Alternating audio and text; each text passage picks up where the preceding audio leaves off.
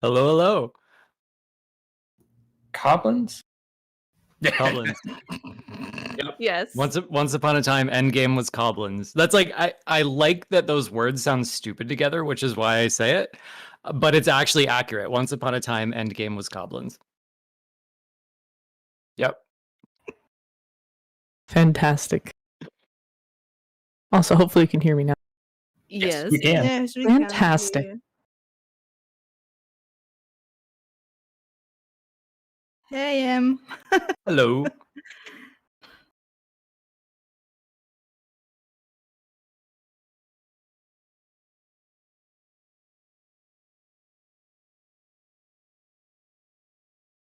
Circle of knowing.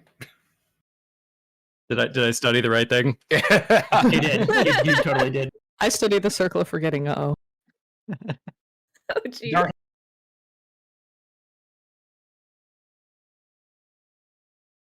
Yeah.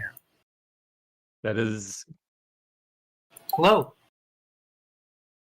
All right. So without further ado, we'll go back to the early days of 1.0. 1.0 dropped, Goblins were endgame, and then Yoshi P came in, and a man named Louis Wah popped up. He was new to Eorzea, so let's talk a little bit about that. Okay, so are we just diving right in with Louisois? Let's do it. Okay. Louisois' appearance, like for me, just kind of made sense of these four other people that were wandering around the realm. Because you met his disciples in your very first cutscene, and you knew they were related because they had the same tattoo, and that's the only relation we knew they had. They didn't tell us any other connection between them until they showed up together in Mordona, and you're like, oh, the same tattoo people, I know them. And that was all there was. So when Urianger showed up and he had the same tattoo but in a different place, like, oh, is he affiliated with them? But he's maybe this 1500-year-old sorcerer according to some legends. So you're like, wait, are they all old sorcerers? And then he like summons a monster to attack you and quotes all this weird poetry at you, and then and he disappears. And then they're like, yeah, go meet Louisois. And he starts trying to put some of it into perspective. Like, no, these are just my friends. We're from Charlan. I have to say that description of Urianger's behavior, anyone who played that should not be surprised he's working with Ascians later on at the end of 2.0. Yes. Am I talking to anybody who played 1.0 right now? I did. Several. I played Yay. it very briefly. So there was a line that cracked me up when Ida finally gets back, and she gets kind of updated on what's going on. And she's like, oh, I heard Urianger led the Garleans on a wild goose chase. That's hilarious. Isn't he perfect for the role? Like, oh my god. That's fantastic. So I apparently my OBS had completely changed my microphone output, so they heard nothing. But I am very sorry, and welcome to the stream. Hooray! Your joke is off. At least it was only you they couldn't hear, Foul. That's what I read, by the way. And there it is, the introduction. There we go. I'm not necessary. So I did not play 1.0, unfortunately. I played 11 for like a month. I did not like it, and I'm gonna start it again in like a week. But I saw 1.0 and I was like, I didn't like 11. I'm not gonna do it. And then I heard it burned, and I was like, ha, you see, I was right.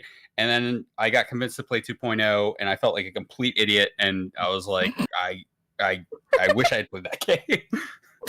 Yeah, for me, I played 11 originally, and then got really salty that they were making another Final Fantasy MMO, and was like, I'll never play 14 unless they add like everything that 11 already has. And then I got convinced to play 14 during 1.0, and I was like, okay, this is cool.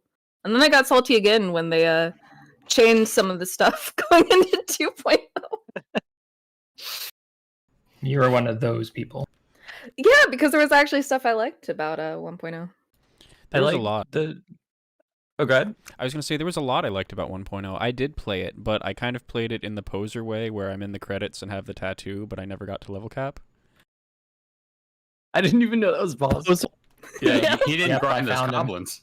I didn't fight those goblins. You didn't fight the goblins. I didn't fight the Yeah, goblins. like I played 11, but I was actually really excited that they announced 14 because I was salty in 11 that they left the level cap at 75, just plateauing for years and years and years.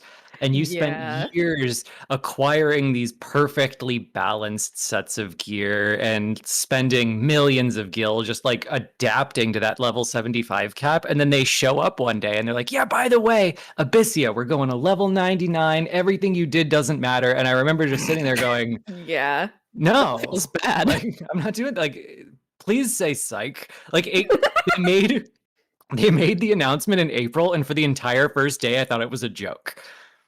Oh no. Yeah. So yeah, I think we all have a very different journey. Yeah. It's Poor kind of thing. funny to me. I wanted to play 11. I was a big Final Fantasy fan from the past, but I was like, I can't afford a sub, and my parents won't pay for it because why should they pay for a game? They'd buy it, and you have to keep buying it. What's this? No, they don't get it, you know. I didn't start playing 11 until like 2006, despite buying it in 2002 because I couldn't figure out how to pay for it. Oh, jeez. I see some things never change. Yeah, Square Enix, if you're listening, please fix your user interface for payment processing and account creation. We want to We give love you you. money. We want Log to give you Station money. is a great step in the right direction, at least. It is. Yeah. Oh yeah, it's definitely coming. And along. hey, at least we're not using Play Online Viewer anymore, unless you're like me and still playing 11, in which case, send flowers for my grave. In which case, join Bonnie on server.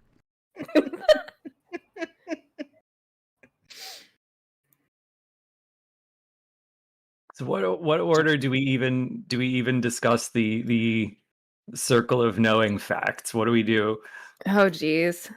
So we talked about Louis Wall showing up, Yep. being an asshole, and then him having the same hoodlum tattoo as all the other scions, or who would become the scions, rather. And so, I like the hoodlum tattoo. That's good. I mean, they're rabble rousers. They're going around. They're having you, do their dirty work for them. But Rousing rebels. they all show up in Mordona. But what was the first indication outside of the matching tattoos? Like, was there a specific quest, or what told you, okay, these people are from somewhere else? They're here for a specific purpose. We don't know what that is, but that guy there, that old guy, he's their ringleader, and you should be his friend. The first like real indication of that? Yeah. Okay, I'm Aside gonna from the build quest marker. I'm gonna build up to it a little bit. Because when you first meet the sign, or well, we'll call them the circle for now. When you first meet the circle, you meet them not knowing who they are, and to cap it off, you meet them in echoes. But Square Enix didn't really mark the echoes very well, so no one at the time knew what was going on. In the 1.0 cutscenes, you're in 1572 and you get the echo, and then you wander around town having headaches and making people think you're weird and spooking them for 3 days, but you don't know you're having echoes. And every time in the cutscene there's this little whoosh sound, that's you time traveling in your mind, and it doesn't make that clear to you ever. So we didn't figure out until like the game was already down what was going on. But that should have been our first hint that they were working together in the echoes of 1562 trying to figure out what happened. And we didn't for a bit. So like, and from what I understand, the Echo was something that was actually a playable event in 1.0. So you were wandering around and people were just looking at you like you were this crazy person, and you had no idea what was going on. actually, I miss that quite a bit because, like, lore-wise, the experience of the Echo is that, like, from your subjective point of view, time just stops. It slows down to nothing, and you're projected into a recreation of that scene. And in 1.0, you could actually interact with that scene. So even though that's not how it happened, it would kind of adapt to you as if you were there. Like you could talk to people in the echo in the past, and it would play out as if you were really there and really talking to them. And then the vision would just go away like it never happened. And I really liked that, but it was also kind of confusing. They never did that again until more recently with things like the Bozja incident and stuff. To some extent, I feel like maybe they would benefit from doing that again. Not just Bozja. In a sense, in a major scale, that's what pretty much Amorot is. I was also going to point out the duties we get where you play as Justinian and so on. Honestly, it would be really interesting if they brought this forward as a thing that, oh, now that you've gained control of your echo, you can actually interact with stuff in the past. You know, Yeah. It could be a direction they choose to take it. That would be quite the thing. Oh yeah. So to move towards like our first hint, gosh. So you like the people that were in your echoes all came together in Mordona because you went out there to kind of help the Alamigan resistance steal an airship because they thought they were going to liberate Alamigo with a stolen airship. It didn't work out very well. Gaius showed up and murdered them all, and they went to try to murder you, and the Circle showed up, and the Circle actually knew your path companion. We'll get to them a little later with the Path of the 12 stuff, but like you had a path companion, and they knew them. So that was going to be your intro to the Circle of Knowing, was your path companion, and then the story just ended with that quest. So we didn't know who they were again because they just showed up, said hi, and left. And then Urianger showed up as a GM, and he like rambled off his poetry about the end of the world and cast a bunch of weird spells on you and left. And he didn't tell you who he was. So it wasn't until like Thancred came over and was like, hey, that's our friend. You should go meet Louis that we were like, oh, okay. So yeah, that was like the day Louisois showed up is the day they told you, hey, we're all part of a club and he's the leader, so you should go talk to him. That's where that came from. That was our first big hint. By just saying it. Sorry. So it works? So the Circle of Knowing went from a sect to an organization. That's nice. They didn't seem very loosely affiliated at first, yeah. And I question whether that was even going to be their name, because their name, like in Japanese, translates. I'm gonna butcher the translation. I'm sorry, but it translates to like the Salvation Poetry Alliance or the Salvation Song Alliance, or those who study prophetic poetry, which is the prophecy of Messiah Thousand Eyes, which they all study. So it's like, was that really their name, or did Yoshida do this? Right. And then like I guess you have in like current game when the Scions actually come around, like in Japan it's the Akatsuki, and I'm like, okay. All right, guys. That's not ominous at all. Yeah, like, you know, anyway, Naruto. So it sounds like what they were really pushing for was Urianger's book club came over. Exactly. Exactly. And then, you know, Louis Wall shows up and he's like, hey, I'm the sponsor of the book club. Let me get these people, you know, organized because, you know, there's something bad coming. So yeah. Cancel book club, we have to save the world. Yes, that exactly. introduction kind of undermined some of the mystery in later A Realm Reborn for me, because there have been 2 arcs so far where we're like, wait, do we not trust Urianger? We're like, Yeah. For me, I was inoculated to it because the first time you meet Louisois in 1.0, he's like, hey, I heard you met Urianger. I know he's weird, but he's like, he has spent more time with old books than modern people. He doesn't mean to be weird. He means well. He's a great guy. So when I saw like the questionable Urianger behavior in A Realm Reborn, I'm like, it's gonna be fine. Louisois trusted him implicitly. They wouldn't do that. So I was just inoculated because everyone in 1.0 was like, yeah, he's a little weird, but we like him. I feel like we all have a friend like that too. Unless I wish I had a friend we like are the that. friend like that. Yeah, maybe. true. Never had a friend like me. Must needs.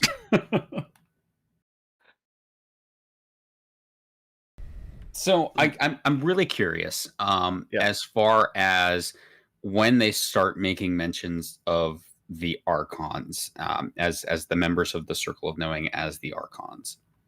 This one was confusing in 1.0 in the day. So the word Archon was originally used in kind of a different context. The word Archon was pretty much the opposite of the word Paragon. And if you only play 2.0, that probably sounds really weird. Yes, absolutely.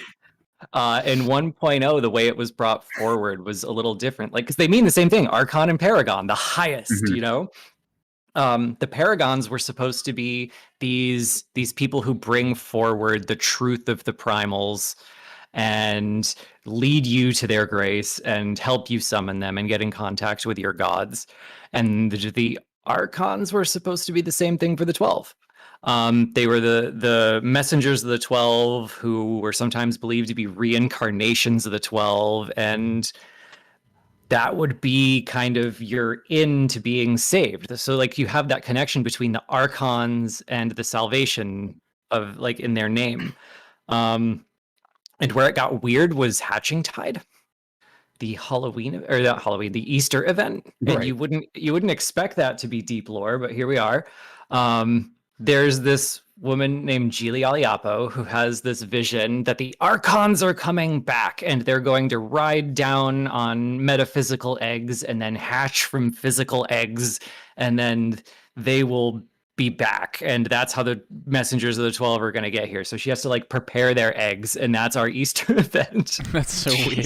I remember looking at that. You I got- remember looking at that the first time and being like, "This lady is like, I want what she's having." Yeah. Like, You wow. don't, you don't want to know how fast where exactly my eyebrows are right now. Are Like they I raised? remember that event, and I just remember not understanding at all. I was like, okay, who are these Archons? And it's not really explained in game that No. they changed the meaning later on to just people who pop up before calamities to help try and stave off the calamity. And I really feel like you were saying that in 1.0, it was just something completely different, that it was people who really led others towards the path of the 12. And I just think that's really interesting how they quietly made that shift, not just for that, but in a lot of things in the game yeah, after quite- 1.0. Quite a bit. Like this feels like a good time to introduce the word, how I use the word retcon, because I'm going to use it a few times in this podcast. Most people, I think, have an image of the word retcon where it only means that you remove something that existed in the past, that you Right. contradict it and you get rid of it. And that's not how I use it entirely. Like I use the word to mean what it means, retroactive continuity. And what we hate are subtraction retcons, where you remove or edit things from out of world. But there are also addition retcons, where you add new information that you never intended to be true, but it helps kind of move the story where you want it to and scaffold it in a new way where you can reinterpret it in a new way. And 14 is built on addition retcons, and this just seems to be one of them. Yes, I completely agree. I would actually refer more to negative retconning as something akin to like revisionist history, whereas additional says, yes, this happened, but here's this other thing that completely changes the context of that. And I think 14 is very masterful in the way that it handles retconning. Similar to one of my favorite retcons that I've ever seen. I don't know if anyone's familiar with Battletech, completely different universe. There was a really bad cartoon show of Battletech in the 90s, and it was canon. And a long time they were debating, how do we introduce this into the actual canon and not break everything because it destroys canon. And they're like, oh yeah, just make it in universe propaganda. The end. It's very clever. That's fantastic. It was great. That's how you It was retcon. really good. Yeah, that's a good way to interpret something. Is just like turn it into something where, oh, we can just say that it was propaganda or this person's interpretation of what really happened. Right, exactly.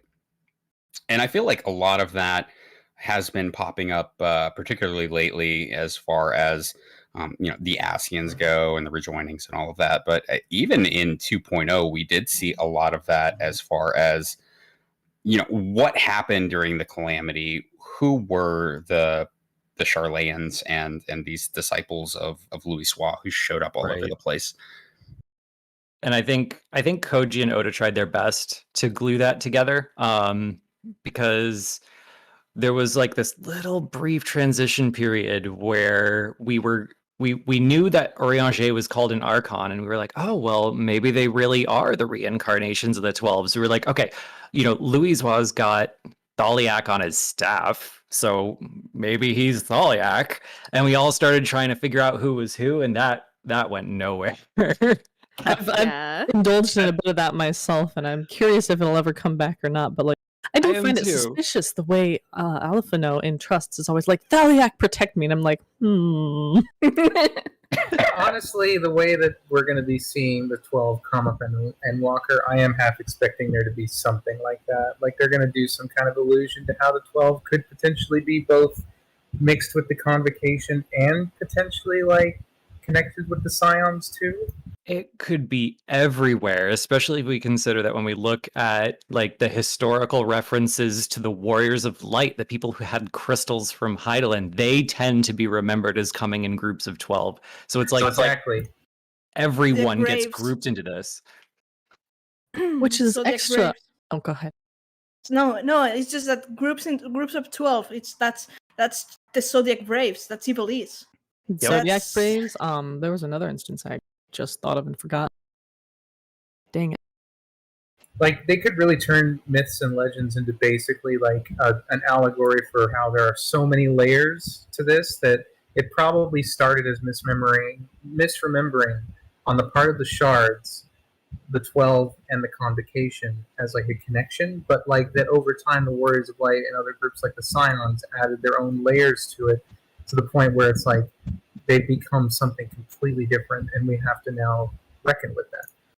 I think this is part of what they're setting up in the last couple of patches. Like I'll try to avoid any like truly explicit spoilers or anything like that. But am I avoiding spoilers today? No, you're not. Okay, Okay, cool. go nuts. We made a blood pact last week where we're it's all- completely spoiler. In No the- spoilers. Is not a in thing. I even made a response in the tweet. This is a spoiler cast, so get ready. Excellent. Okay, so in the past couple of patches, they've been referring to the idea that like there were Warriors of Light, but then like even the first Warrior of Light on the first, like he inspired that word to become synonymous with hero. And then all of a sudden anybody who's a hero is like, yeah, Warrior of Light, and they might not even know Hydaelyn. Right. So I think that might be part of what's going on too, is that throughout history, you have these people show up and they're like, yeah, I'm a Warrior of Light. I'm an Archon. I'm a whatever. And then, they get associated with being a hero. And then anyone who's a hero gets called that. And you don't know who's who anymore. Like we know at least 8 groups of Zodiac Braves, and that's more calamities than we've had. Indeed. And I'm throwing Actually, silverware. I'm also Go ahead. Sorry. Go ahead. okay. It won't be long. I'm also very curious because I think we're going to learn more. What you were saying about might be seeing more. Considering the upcoming Alliance raids, I think there's a decent chance we'll be learning something at least. I hope so. I don't know what it's going to be. Like my theories have been all over the place. I'm like, oh, are they trying to line it up with the Convocation? Oh, is it going to be Vanaz counter Convocation? And now part of me is like, wait, did a Zem return to town with 11 friends? Yeah. That's mine. That's the one I'm going with. Yeah, and especially when you see the overhead of the forum and you see the 12 seats and the speaker in the middle, and I'm just like, oh, geez. Oh, no. Exactly. They could go any number of directions with it. I'm so excited. It's so hard to predict.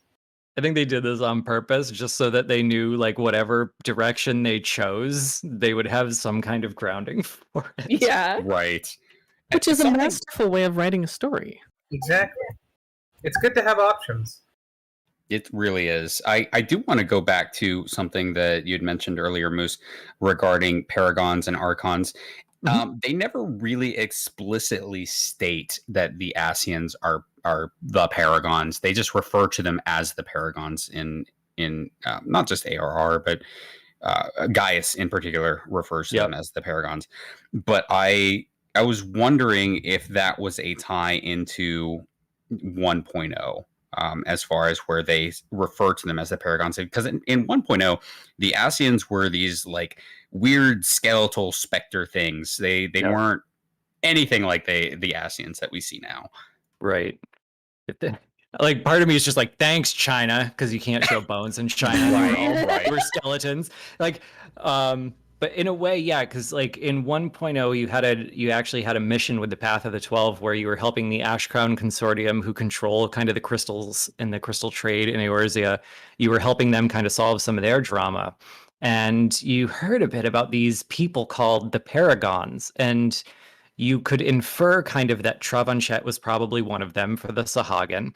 But he was like, the Paragons are these people who showed up and brought the wishes of the primals to the beast tribes and taught them how to summon them in times of need.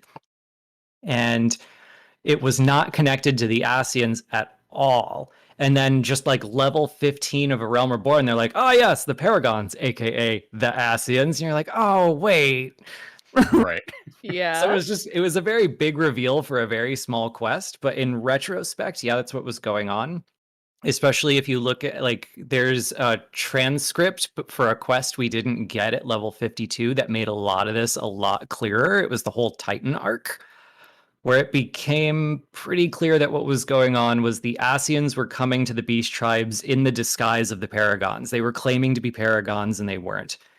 And they would teach them, like, hey, I'm not saying you got to summon these primals, but if you ever needed help, the primals want you to know that the city-states, they're bringing a lot of darkness and they're faithless and horrible. And, you know, if you ever need the primals, they want you to know they're here. So here's how you can get in touch with them.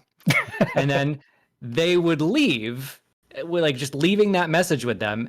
And then they would come back out of disguise as like these big dark reapers and lay siege to the area. And all of the beast tribes would be like, oh, dang it, summon the primals. And then they'd, you know, quote unquote, chase off the Ascian and then decide, well, like, we got to destroy the cities before this gets worse.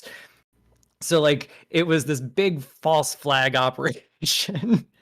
And that's where Paragon originally came from. And they just had to figure out a way to make it more present in the 2.0 story, I guess. That's kind of a brilliant small scale strategy, though. It is like you can see exactly how it would have panned out in the Ascians we know today. Like the beast tribes would have used the primals to lay siege to the cities. It would have started a war. Garlemald would invade to suppress the war and, you know, preserve the world of man and raise up their whole anti-icon thing. Like you could see how like the plan has kind of been the same and adjusting the entire time.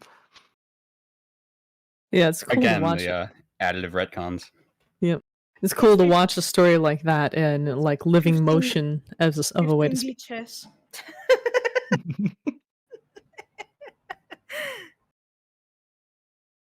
Yeah, Ascians directed the beast tribes to shady phone numbers. If your computer has a virus, click this link. Call this number. Darkness exactly. in my Never do that. Eorzea? Was the shady part a pun intended or not? Operator deities are standing by. So that's the Miss Cleo line of Eorzea.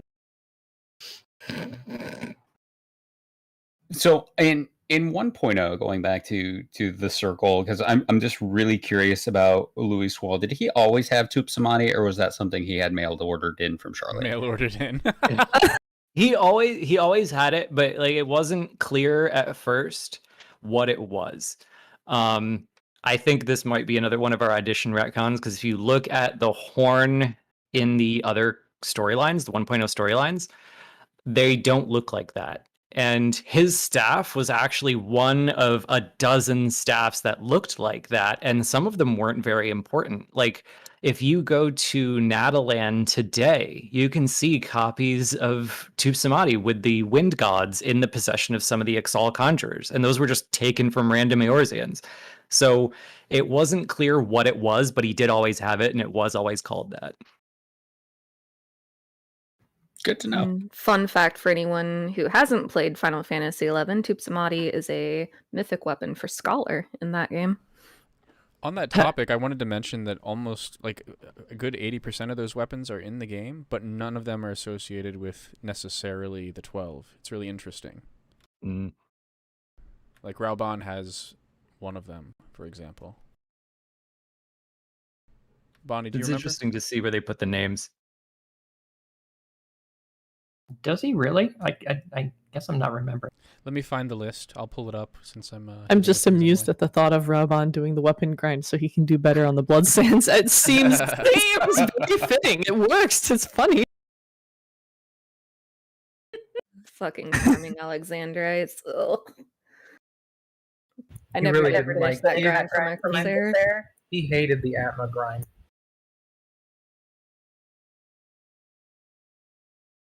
Yeah. Listen, when you only have the light step left, you got to do it.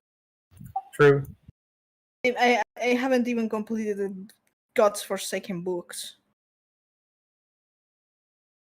Hop to it. Yeah. I think I in the- don't want to talk about books. Yeah, I've only completed like 3 of them at this point. Completed 3 of those, and I think that was my fill. Midnight Clorath has a question. Back in 1.0, Louis Soir had us go around praying to statues of the 12 before the big battle that would set the stage for ARR. Mm-hmm. Yes. Indeed. I believe that was part of the plan to get power in order to bind Bahamut back up or whatever. Pray to the Yeah, Use That was the 12 mana. last thing we did. Yep. It's pretty Like cool. Praying for salvation. I think it was like a very one patch into the next right before the end. So we had already kind of done everything we could do against Fondarnus. And then in a patch, like all these symbols just showed up all over the realm. And we were like, hey, wait, these are the 12. What's going on? So we went around and found them all and we made a list. And we are like, well, this is really, really weird. What's going on? And then Louisois came back and was like, yeah, I did that, by the way. So what I need you to do is you can go around and pray to all of these in a pilgrimage for me, because that's really going to help me out in the end. And that's kind of what the last day of 1.0 was you go around and you pray to all the stones that this isn't the end of 14. Nice. So what you're saying is that Louis Soir, in addition to being a hoodlum, engaged in vandalism. Vandalism, yes. In retrospect, it became very clear to me that what Yoshida was doing was he was setting up a parallel where the story in the game was the story in the real world. That there was this great disaster coming to quote unquote Eorzea, 14, that everything was falling apart and we didn't know if there was going to be a future and we all needed to come together to save it. And like when you look at the parallels in the story, he made it very, very clear that he was like trying to get you hooked on the game as much as the story. So like it feels like a parallel to me, that it was the whole praying for the salvation was a metaphor that one day the servers are going to come back on. We're going to come back from the calamity. We're going to be saved. That's really masterful. So I got the information on those weapons really quick. I found a funny thing, actually. So Tizona is Raban's sword, and the fandom entry says, the sword wielded by Balron in his younger days. Oh, really? I never noticed that. It's really funny. But yeah, so the Murgles rapier for Red Mage, level 60, I think, is one of the mythic weapons, and Yeah. it doesn't fit Level the 12 seven- thing. level They're all over the 17, place. Is I it was 17. 70? Yeah, and then death penalty, Meryl Whip has, for example. So they're all over the place. Got a Well- lot of 11 players in the NPCs. Mhm. While you were looking for that, I dug up the quotes on Urianger. Louisois was, "'Tis not his intent to confound folk with cryptic words. You see, the man has seen much more of old tomes than he has of the world. I assure you, though, his heart is in the right place." And Ida's is, he's perfect for the role, isn't he? I mean, that silly hood and all those old words he uses. It's a bit of a cliche, but a nice, easy target for the Empire to fix their sights on. Oh my god, I miss God Ida. damn it, Ida. As soon as she took her mask off and turned into Lise, her IQ jumped like 50 points and she became a little less interesting. Wow. Wow. Wow. Don't get me started on Liz, please. You know my opinion. I don't want to make jokes here. No. No, that was in poor taste, but yeah. Carbon Are would we- kill me. Are we going through kind of like the members that we know of the Circle of Knowing as part of covering that? We Yes. Might as well seg into that. Okay, who do we start with? What order do we go in? I mean, we're talking about Ida. Let's talk about her first. Reverse Okay. critical it is. We can talk more about retcons here. Right. I hold a conspiracy theory that the reason they retconned Ida into Lys was like they wanted this young firebrand out there making mistakes and growing because they had never touched on Ida's character very much. And then they looked at what was there and they were like, oh my God, she's like 37, 38 years old and we haven't given her any character development since the fall of the Keeper. Hmm. And they were just like, okay, she has a younger sister.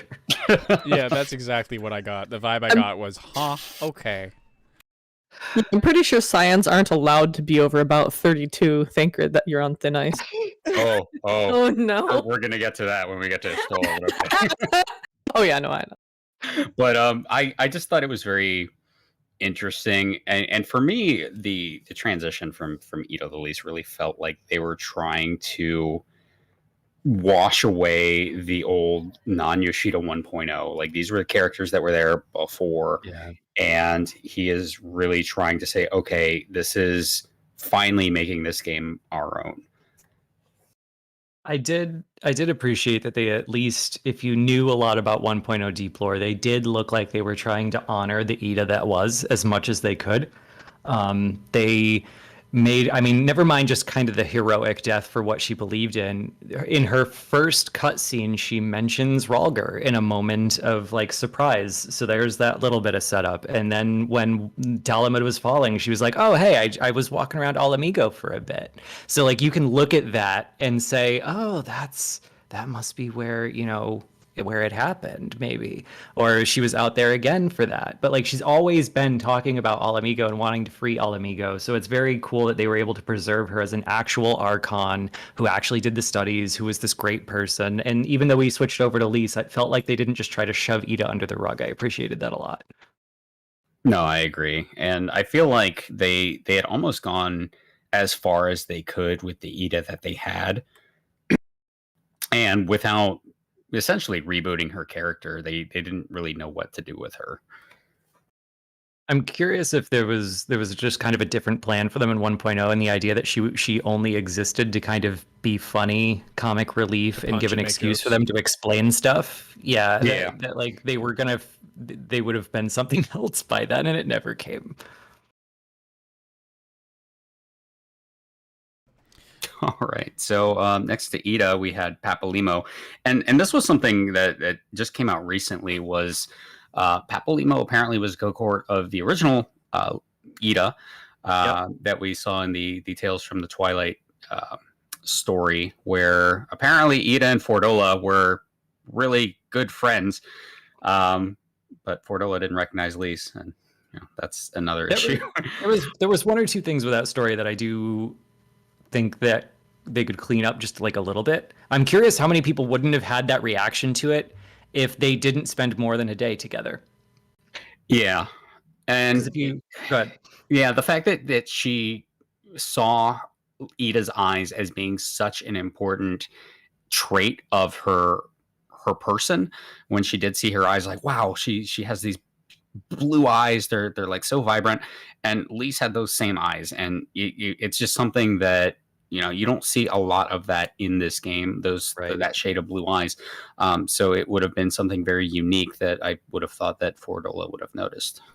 You know, it's interesting about that, because obviously they're making these stories now, but like the way Fordola comments on us during Rhalgr's Reach getting wrecked by Xenos, it's "Take care, my lord, she's not like the others."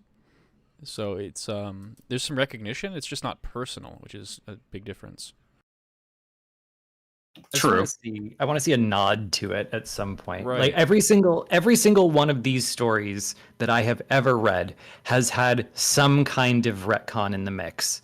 Whether Yeah. we're slightly moving timelines or we're connecting people that weren't before, there's always something that if you knew everything there was to know about it before you went into the story, you would see the stitching just a little bit.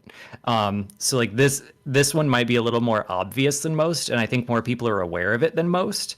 But I think it does it to the same degree that a lot of the other ones do. I'll even use another one from this year, the Merylwib one. It was not clear before this story that there was any intent that her dad was tempered. Like the exchange of power seemed to be 1554, not 1562. Right. So we do this in every story to a degree. So I want one cutscene where we finally kind of, because I see Fordola as being like the foil for 5 or 6 characters, one of whom being Lise, where they had different ideas of what Free Al Amigo looked like and were fighting for that. And I think the way you end that story is to have them fighting together for the same shared vision. That's how it ends. That's how that rivalry ends. That's how Al Amigo's reborn. And I would love to see, like, kind of after they realize that's where they are, some kind of scene where she's just like, so, hey, I never mentioned this before because blah, blah, blah, you know, anger, regret, shame, some kind of thing that keeps people silent. But like, I knew your sister. Like, do that and we're good. Yeah, That sounds like agreed. a really good cutscene. Maybe we should, Yeah. should send a tweet over to Square Enix just to. Even just a little drop of you really are your sister's sister. But that's You probably really are your but you have sister's a sister. Tiny little bit. Well, Honestly, I have full faith that with Ishikawa penning Endwalker, that we'll see at least a mention of it, like we did with Justinian and the Lalafels. They have been very I- good about shoving that in ever since. I think the first time I noticed they were really shoving a lot of that stuff in was when we had that big debate on the forums about how stupid it was that Amric was like, throw the eyes over the bridge, and then in Oh, the next God. patch he shows up Oh, like, I can't believe I said that. Talk about one of the dumber ideas that they've ever had. If I may, there's Go ahead. something though that regarding the cutscene about Fordola and Lace and whatever, I think if there's a scenario in which actually would make sense, it would be Endwalker. But before, I think they've been working towards Shadowbringer's core plot. That is that it's a matter of sides, and being in a confrontation is cruel enough that it can pit friends against friends, family against family, or in this case, for example, for Dola who knew Lisa's sister, to pit them against each other. And that's one of the miseries of war and conflict. So I think that's the dark dramatic part of it. But Yeah. with Endwalk, that we've seen that explored in Shadowbringers, how you may want the same thing, but sides will make you fight each other. Yeah. But in Endwalker, it becomes something of a greater scope. You're not fighting for, let's say, selfish reasons. Like in this case, I want to fight for my nation and blah blah blah. No, if you want to save the world, if you want to save your nation, you're going to have to save the world as a whole, and that implies everyone else. So it will give the people more like a focus or an objective wider than their immediate. I'm saying immediate in terms of their nation, but which is already rather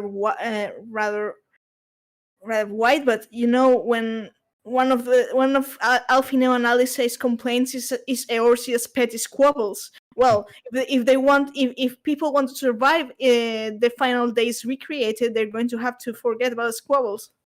I don't know if I make any sense. No, I am completely on board with what you're saying, I think.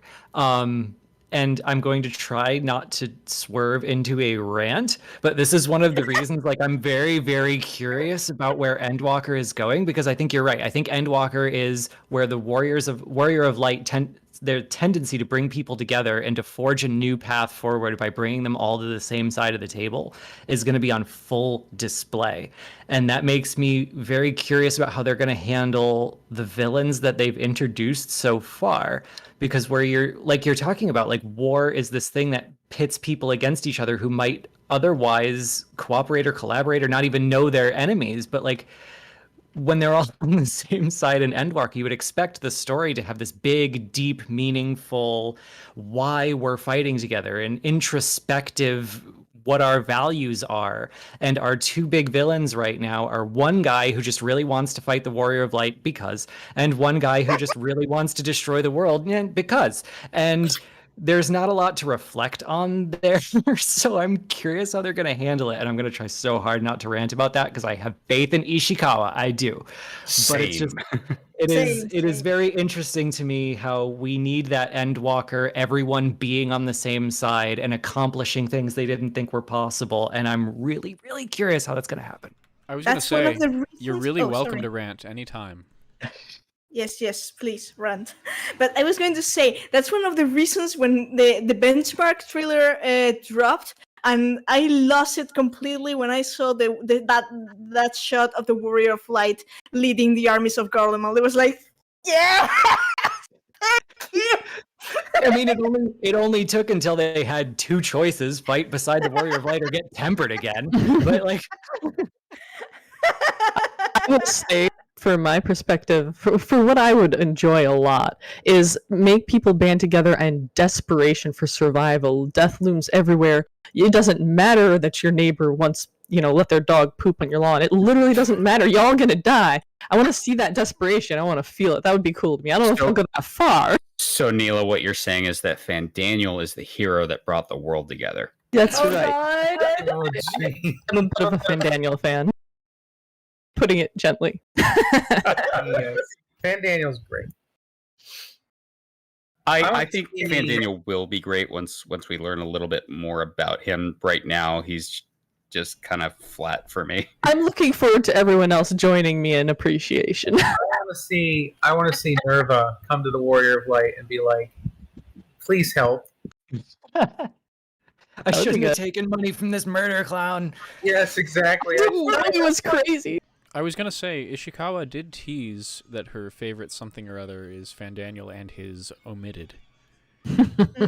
Oh, that's been driving me crazy. Same. You guys know not how loud I was when I read that.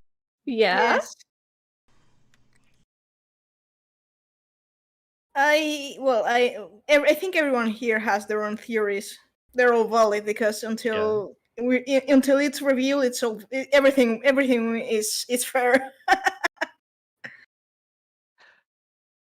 So in the interest of me not going on a 2-hour rant about who I hope Fandaniel is, which character should we do next? Let's do, since we just finished talking about Ida and Lise, I think Papalymo would make the most sense. I actually, there was as little about him as there was about Ida for a long time. So the idea that he was, I really liked the kind of like the subtlety of making him older than the rest, kind of making him one of Louisoix's first and best pupils, having him be like this older brother figure for everyone. I thought that was very, very sweet, especially since they were knocking him off the board soon. Yeah. Because he was always just kind of the brawn in that relationship. Like, you had comic relief, excuse to explain Ida, and then Papalymo who gets her out of trouble. I was very stoic with Papalymo towards the end. Like, I don't want to say uncaring, but it was more like, you've done your best, good job. And I didn't have any other emotions about that scene. Was I alone there, or was it the way they played it, or was it intended to be kind of flat? Really. Or was it just flat? I don't want to say that it was flat, but it definitely did not have the impact that a lot of the other deaths had. I felt like I had already made my peace with Papalymo's passing at the end of ARR. And we didn't see a whole lot of him after that. We saw a glimpse of him, I think it was in 3.3 for the first time. And then he pops up in 3.4 and dies in 3.5. And it was just kind of like, okay, thank you. I trusted you, and you did the best you could. You saved us. Thank you. Let's move on. So you felt the same way then as me. I would perhaps have felt different. Like, for example, as of now, I would perhaps feel different about Papalymo dying if we had gone through a similar journey with him as we did in Shadowbringers with the rest of the Scions. Because you may like them better or less, but there's undeniable that in Shadowbringers they actually come to be more like a family to the Warrior of Light instead of being, kind of just comrades that resort to you when there's nothing else, there's no one else that can take on the job, Which happens with odd frequency. Right. But that happens in Shadowbringers because there's also a character development for the Scions as well, because they also spent a number of years each one in the first, and they've seen also that listen, this light thing is not precisely as good as we thought. And so that of course and that of course makes them kind of open their mind to other possibilities, and then they kind of realize more that the Warrior of Light is more like family rather than comrade in arms. They're comrade in arms. It's just that there's some difference. It's like before you're going to the Tempest, and there's this scene with and Alice pretty much is who explains how they feel about you. They feel the impotence of not being able to help you, and this is the moment where I felt for the Scions as a whole that they actually care for the Warrior of Light, not just as a comrade but as family. But with Papa Nemo, we didn't get to that point because he died before that. So that's and I don't want to get sad on Liz because we freed her country only for her to take the credit. So Hey, she earned that. Wow. I should give a little, like, one tiny little bit of warning that this is one place that I have a tendency to be a little easier on the story, just because there are some places I tend to be a little harder on the story. So, like, I am a massive apologist for scenes like this where it didn't hit as hard as I thought it should have. So, like, my brain warped and twisted this scene and Moonbreeda's scenes too, and saw it through a lens of, like, it just ain't about us today. Like, the circle knew each other before this. They have their own lives, and today we're seeing their relationship. Today we're seeing how what's going on affects them, and it doesn't need to be about us all the time. That's so, like, totally fair. Yeah. we're getting Scion development by meeting one of their old friends and seeing how they react to one of their old friends dying, even though we didn't have a great relationship with them, and it's not about us. So, like, my brain twists it into seeing this very deep, meaningful scene from the perspective of Papalimo and Ida, just because you know their history, you know their partnership. So in a way, it's like he's fulfilled his mission and he's going home. So you're saying it's okay to feel it's okay to not feel personal grief as long as you respect the grief of your friends. Right. I saw the grief of my friends there more than my own. yeah, I I actually mean, really It's a like good way that. to look at it it's because perfect. Go ahead, Bonnie. Sorry. so I think that's a good way to look at it because whenever you're telling a story, regardless of what media it comes in, like, you want the characters to have a life outside of the main character. They need to have emotions and relationships that are completely separate from the main character, or else they don't feel like people. I do agree in this where I think it's actually a really accurate way to put it, because for example for me Moonbrida I didn't get to connect that much with Moonbrida, but it was Urianger's soliloquy that actually got to me, and well, that was courtesy of Gideon Emery. That was so great. Well, I think a good comparison to that too was when Harshaphon died. So I know a lot of people were upset by that. I wasn't until I got back to Fort Tom's Manor, and That was my destroyed experience me. as well. And Edmond's reaction to that is what really crushed me. I think To be I think honest, for- I was crushed by both. I was pretty deeply affected by that one in the moment, like, not in the same way I was when I got back to Fort Tom Manor, but like when I met Harshaphon, my take on him was just like, he's so aloof. Like, he just does whatever he wants. He says what he really means. That's so cool, because in this city, no one does. Everyone's always doing, like, posturing, and they've got an agenda, and they're super manipulative. And then you find out that he's not, like, he's the bastard son of House Fortum, and you're like, man, this bastard kid's a better knight than all y'all. Facts. So, like, when he died in that way, I was like, God damn it, there goes the best guy in Ishgard for no reason. And he is not going to get the respect he deserves. And then we got back to Fort Tom Manor and saw Edmond's reaction. I was like, God damn it. Like, Yeah. He's been a true son the whole time. Yeah. With Pedigree be damned. Archifon's for a death, like my reaction was just immediately mostly anger because I was playing Astro at the time. So I was just like, let me heal you. Yeah, pretty much. Which was That the was my entire reaction, too. reason we got the Stormblood White Mage quest. It was basically like, I could fix this. Let me fix this. at least Well- they've gone out of their way to explain why that's not possible now. Yeah. Yeah. They have. They have. It's you can't undo certain things like that. But I think, I mean, Mostly- Final Fantasy VII knows that. I mean, what? yeah, I think mostly what hit me about Haurchefant dying wasn't so much that he was killed so suddenly. It was the fact that after ARR, I trusted nobody in the game, and I never trusted Haurchefant, even after all that he did for us, and then he died for us. And I was left there holding the bag saying, I never trusted this guy, and he died for me, and I feel like shit. That was me and Aymeric.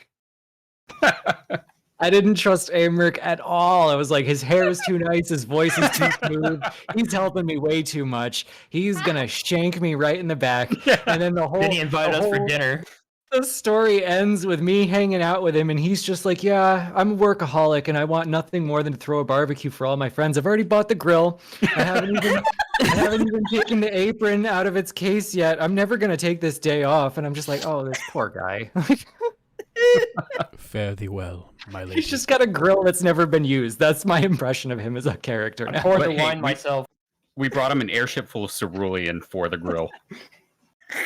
Oh god. What could Hey, go wrong? Definition One ceruleum day. or ceruleum tank? It's a cerulean grill, though. The ending I'm imagining, there's like a few things I need from the ending before the credits roll, and one of them is Aymeric finally having his barbecue, and the other one is like Geralt and Rowena finally getting together and running away. And Oh my God, disappearing. yes. Yes. And Yes. like, there's a few little things I need, and just Aymeric having his barbecue is one of them. No. And having to chain down Assyrian so he stays. No, That is another Yeah. fanfic. the Lalafell ladies show up with the dried squid, and he's like, God damn it, I guess I'll stay. Yeah. The Rowena and Geralt thing speaks to me because I really want that ending as well. I'd like to think that Geralt is doing everything in his power to go live his dreams, and Rowena's like, okay, I'll let you go for 5 years, and then you're coming back. I'm going to do everything in my power to keep you from getting too far by keeping you in debt to me. The fact that she, when she's as shrewd as she is, kept his promissory note for years, knowing it was worthless, tells me that there's like still something there. Oh, That she this absolutely does. this is all her just kind of trampling over his individual rights because he'll thank her someday for Yeah. helping him rediscover what's it's very not ethical, but I can see why she's doing it, just trying to keep him under her thumb so he's his best self in the end. Absolutely. From the Gets by perspective to of remember real who he people, is. real relationships, it feels very real too. Because like, It does. if you're in a relationship with someone for a long time, if you're married, like it never goes away entirely. You just kind of get better at forgetting or blocking it out. That memory scene in Boja, I was like, oh no. Oh, that was perfect. That was absolutely. That really made me feel like we're gonna get something like that out of the Azem crystal at some point. Maybe we can bring Mikoto into it. Hey, I got this rock. Wanna you help like that? with your special echo? I don't know. I feel like they're going to leave a lot of the Azem history up to interpretation, but I do really like the idea of. I feel bad for people who haven't done all of the relic quests up until now and haven't gotten the whole story between Rowena and Geralt, but really am looking forward to them actually having a happy ending for once. God, I hope so. They deserve it. A lot of people in this game deserve happier endings than they've got. Yeah, they do. Now my brain is off on a tangent. Like, what's our next relic line going to be? Is it going to be Primivian? Is that why there was an empty mob in the trailer? I keep thinking that maybe we're gonna go under the wedding chapel over there. Oh, I really hope so. But I hope that's the new raid. Maybe the raid is right there, where the Moogle ceremony takes place. Oh, jeez. Who knows? But speaking of the Black Shroud, and the character excellent segue. Yeah, excellent segue. The character who has nothing to do with Black Shroud, Ishtola, who would be next on the list. I'm really curious to hear the thoughts on, the poster cat girl for the game. I am a loyal Lominson through and through. I didn't expect to be. I joined the game with the art of Gridania, and I was like, that's where I'm going to live. I'm going to move to the forest. I'm going to live in this beautiful place full of wood and stained glass windows. And beta was in Limsa because it was all I had ready. And I was like, well, this place is cool, but I'm going to go to the forest. And I went to the forest, and they were all like super judgmental and rude. And I was like, arr, screw ye, I'm going home. And Racism in Gridania tends to rub people the wrong way. I feel super bad about it now because I've learned a lot about Shinto, like the Japanese ancient belief systems. And if the more you understand about Shinto, the more Gridania makes sense. It's not so much judgment as fear and the way things are done, and that people from outside don't respect it. And if you understand like the principles of it, it hits totally different. But in the day, yeah, I was the xenophobic elf city in 11. I'm leaving. Like, I'm not doing that again. So I attached to Y'shtola so quick because of that, because she was like the representative from my city. She was a little more stoic than the rest. She looked like she had just graduated at the top of her class from the police academy, and she's in the field on the first day and she's yelling like, freeze! Why aren't they freezing? You have to freeze. I said freeze. So she seems like so competent in what she's doing, but that she's never done it before, and I love it. Like, she's got a good head on her shoulders, but she needs more worldly experience. Yeah, she didn't handle that whole 1.0 scenario great, but like it was like, again, as a loyal Lominson, having it be the only story that was explicitly about the Asians at the time was like, yeah, my city's the canon one. So like Y'shtola, the first thing I want to point out is her age, because I like to clear this up everywhere. Here we go. There is a recurring joke in the game that she's 23, but it's a joke. It is if you imply she's a day over 23, you can test that assumption at your earliest convenience and see how that goes for you. Like, if she were really 23 in the 1.0 echoes, she would have been 8. She was not. So I just want to highlight that. It's so one what of you're those saying things. is I don't know if you know this, Moose, but in the CDNT, I know the game is dead, but in the CDNT, the profile for Y'shtola says that she is 24, and then makes between brackets her says with between brackets her in her profile her younger sister is 27. Yeah, that's the Great. joke. That's exactly That the is a joke. really good one. It's just like Don't remind me of this video. she's It's turned just- 23 for the past 10 years. yeah, that's what I was gonna say. That's what my cousin does. She's like, "Oh man, I'm 29 again." Yeah. The way I like to see it is if you do the math, we know Thancred's 32. We know that Y'shtola went into Matoya's cave at the age of 7. We know she came out 10 years later at the age of 17. And we know that that's the same age Thancred is when they're doing the 1562 stuff. And they look roughly the same age in those cutscenes. So like, I like to joke that she just reversed the numbers. She's the same age as Thancred and just swapped the numbers. Probably, yeah. That only works for a few years, though. I don't know. She's got the magic. I mean, technically, 92 really fast. I mean, technically, Urian. Well, that I'm going perhaps too much ahead. But Urianger is the youngest of the old. By I a mean, lot. not of the OG Archons. Or the Scions, because the Scions include, of course, Alfino and Alice are the youngest. But Yep. from the OG, Urianger is actually the youngest. When we get to his character, I actually have a note about that. So I'm glad you brought it up now. It's like foreshadowing. He doesn't. The way he talks, I was shocked when I learned that he was the youngest. I was like, you gotta be kidding me. This kid, man, did not make any friends in school.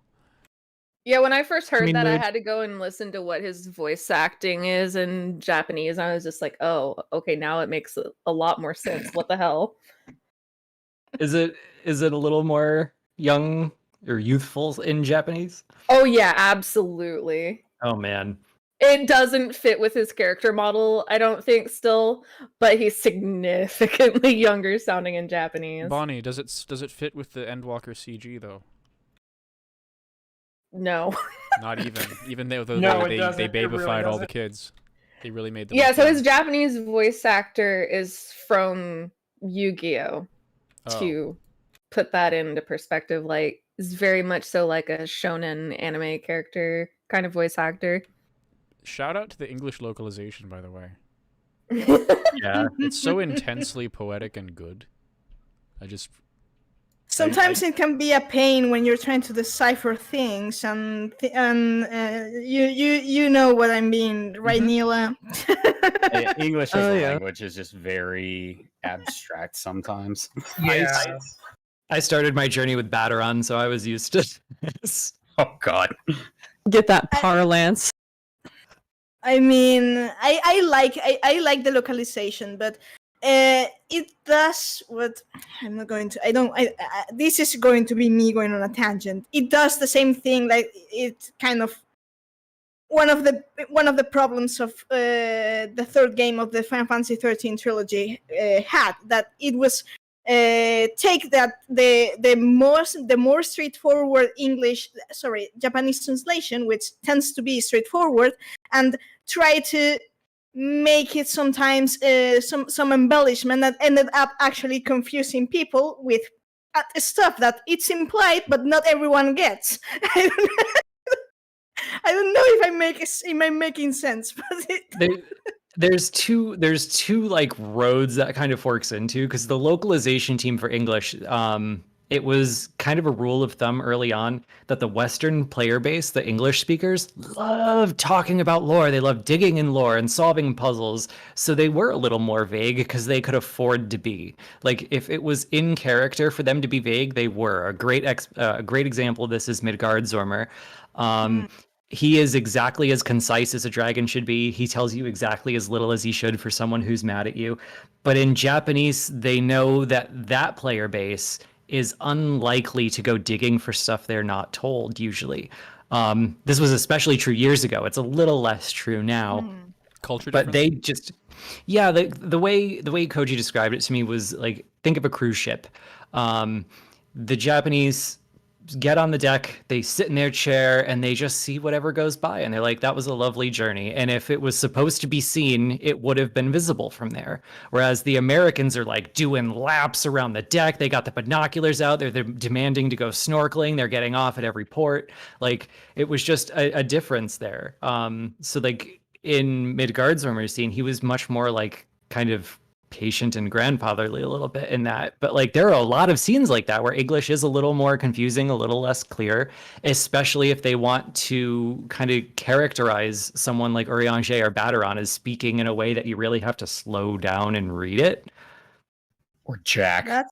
That's truly Jack. interesting. You just gave me insight into some of Final Fantasy methods of storytelling and the very controversial differences between localizations in the 13 trilogy. Which I knew is you were why- going to go to 13. I knew There's it. always an interesting reason. and now I got a bigger scope and why perhaps they went for a certain part the way they went. I've never talked to the thank you. 13 team, so I have no idea, but it could be the case. No, but this issue in particular, it's people were complaining. To make a quick summary, Go ahead people and were state it. complaining. People were complaining that the English localization was way more ambiguous in certain aspects than the Japanese, which was pretty damn clear. And I always said, listen, I mean, I understand, but you can infer the same if you use your head from the English localization. Right. But of course, that's the thing and then that's the problem. That the 13 trilogy is. It's really complicated to understand. It's I hope someone just a asks them cluster. someday.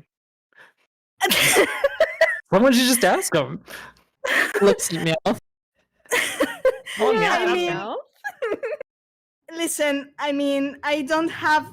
If I could, I would certainly go and try to ask them myself, because I've devoted so many years of my life trying to decipher the 13 trilogy. Neela can tell you, Bonnie can tell you, they actually followed that thing that I've been working this summer. But you're kind of private to the developers of Squeenix, which I do not. I am not. I would caution every human's kind of a little different, so their rationale might be different. But I do know that on the 14 side of things, there's this idea that, like, if you're going to be immersed in the world, there are certain rules you can afford to bend and break a little bit, especially when it comes to this. In the past, if an NPC talked to you, they were the writer. They were the writer giving you information. And in 14, they try to make it a little more that the people you talk to in the world are just people. And they talk like they know what they're talking about, because that's what people do. They talk like they know what they're talking about. And sometimes they don't. Like, so...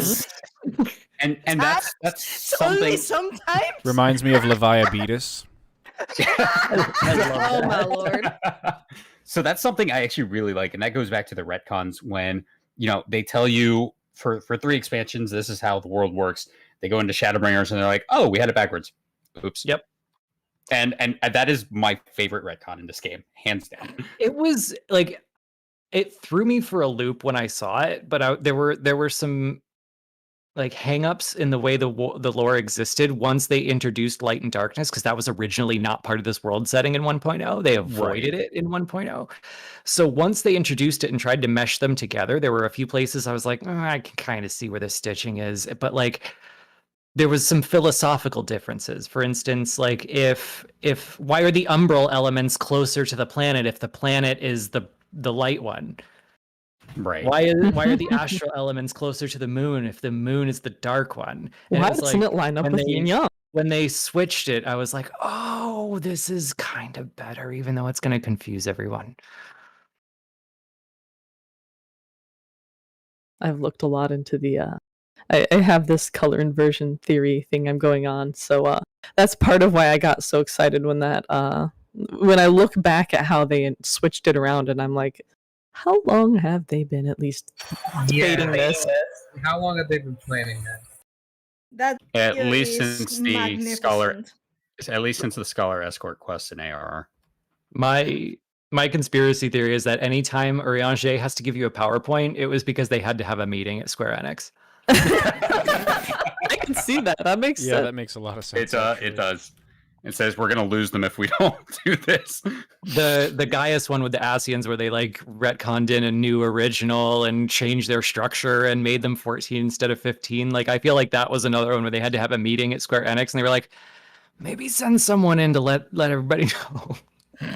Yeah. I just like to think that Emmett Selk was already asleep at that point, and he had one of the interns standing on one of the lesser Asians. I've taken to calling them the intern. Yeah.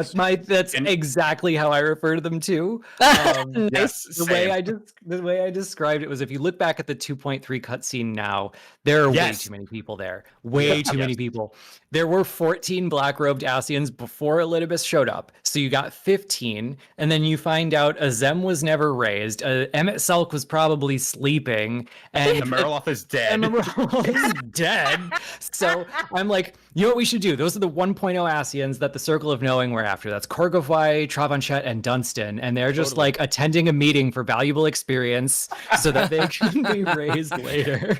Which makes a degree of sense because none of them have the quote unquote overlord pauldrons, including Ultima and Igor and all of I that. forgot to. Like, that's one of the biggest retcons. It was in this laundry game. day, all right? That scene is like one of the biggest retcons in this game by far. I'm at this point, like, I praise their use of addition retcons, but they just subtraction retcon it. Get in there with a scalpel, just go crazy, just fix that scene. That scene is nuts. Yeah, that's one scene we talk about extensively I mean, that is they still could- very problematic. I mean, they could fix it. After all, they fixed. They took how's his name? I don't Asahi Barfan Daniel's voice actor to read up some of the lines in They Stormblood did. before That was Tsukuyomi. shocking. I saw those videos a month or two ago, and Yeah. it's a shocking difference that the players who didn't go through it on patch day are experiencing a different thing. They just need a little nudge to feel like it's worth the money to invest those resources in retreading ground they've done before. And this is one of the scenes where it might pay for itself. I was really hoping they would fix it in 5.3. That would make it airtight. I sense another tweet.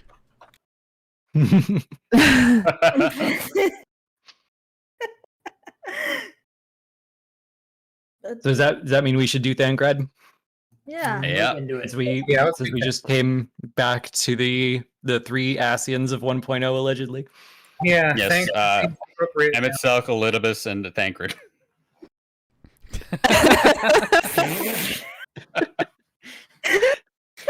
Zestla Habrea. I just snorted off mic.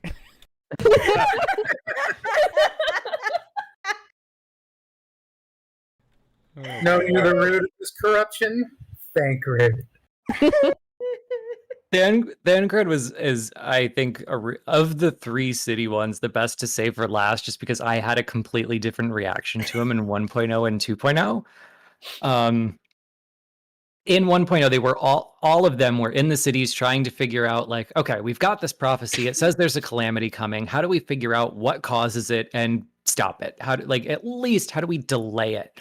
Which is one of the places, like, that when we were talking about the word Archon before, that's one of the places that came back big time, because by calling each other Archon, they showed up and they were like, hey, everyone, a calamity's coming. And everyone's like, really? The Archons are back? Everyone, the angels are back. And the angels say that there's a calamity coming. We should reform the Graham companies. We should get ready. And Louisa's like, we're not the you know what? It's fine. Just go with that. If that's why you're gonna listen to me, yeah, I'm the angel. So Wow. So they finally agree to restore the grand companies, but like the reason that they're there is pretty much, we know there's a calamity coming. We don't know what's going to cause it. So how about we dig into a little bit? And Thancred is too busy flirting at the parade to figure out what's going on in time to stop it. And that's what leads to Minfilia's dad dying. And he never really forgives himself for that. But like in 1.0, he was a flirt all the time. We never saw any other version of him than him just trying to get in everybody's pants and being like suave. And I went into A Realm Reborn like, bro, come on, you got Minfilia's dad killed. And that's why I think I reacted to it so strongly when it turned out he just puts a lot of pressure on himself to live up to who he's supposed to be. And like just that idea that that's the front that he always has up, and that he really does take Minfilia's dad's death so personally and always wanted to be kind of her big brother figure because of it. I loved that so much. And he just like 180 in my head to one of my favorite characters. Yeah, I very much agree with that. So coming in, not having played 1.0 and meeting Thancred, I was essentially like, I can't stand this guy. He's a jackass, and he is nothing like anyone else here. I don't think he has any kind of intricate arcane knowledge. He's never there when we need him. Like, he always shows up late. What's up with this guy? And then when he vanishes for like half of ARR, and then he pops up as, you know, the Asian, I was like, oh my god, you fuck this guy, you know? Yes, I was excited to beat him up. Yeah, exactly. And we save him, and then he kind of calms down a little bit, and we get to see him in the patches really not being as aloof and getting a little more down to it. And I'm like, okay, this guy's actually kind of badass. I can get behind this. And then when he disappears, that character goes away, and we never see him again. And who we get back is, you know, the damage to Thancred, and that is the Thancred I love. That is the guy. I felt like hating him early on made me prepared for what he was going to be when he came back, because if you understood how personally he took Menphilia's dad's death and his role as her new kind of guardian, it became very clear why he's so damaged at that particular moment, because that's the day he failed.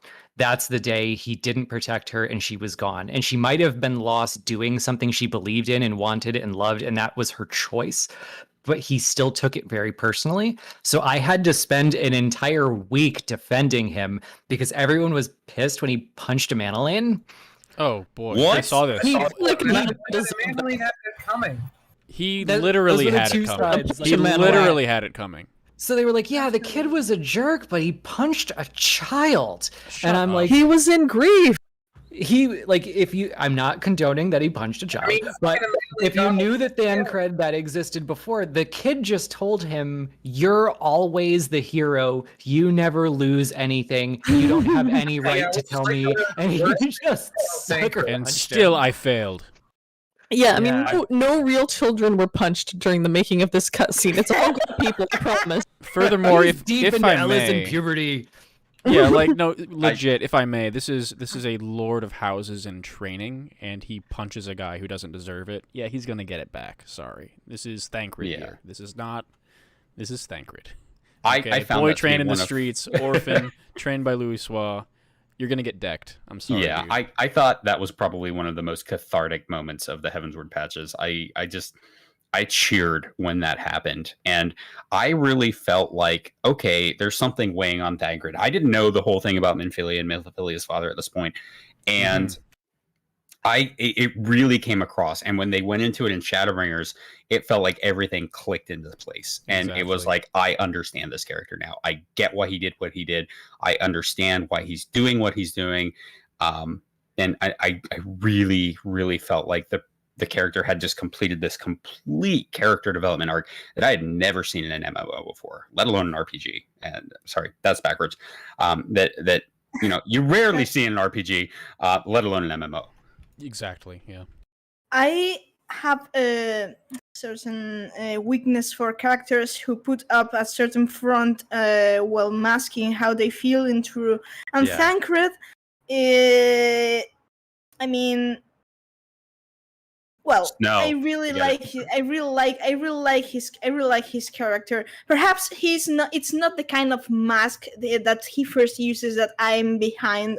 I immediately get behind, but once after everything was everything was clear in Heavensward and stuff, I truly got to appreciate Thancred even more after Shadowbringers, because I really like his Shadowbringers arc of him still alienating Menphilia Barreen, because and he's still putting up a front in front of, that's redundant.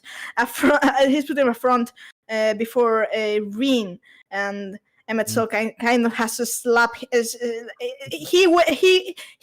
Thancred gave Emmanuel the wake up slap punch, and Emetzel did it verbally before Amarang round 2 for him. So that's kind of, I really think that was a really nice close circle. But yes, I really came to appreciate Thancred after Shadowbringers, and I think the Eden rates even more when the whole thing with being there for Rin and then for Gaia with Urianger, and I really find this newfound partnership with Urianger really curious, but also really endearing. Same.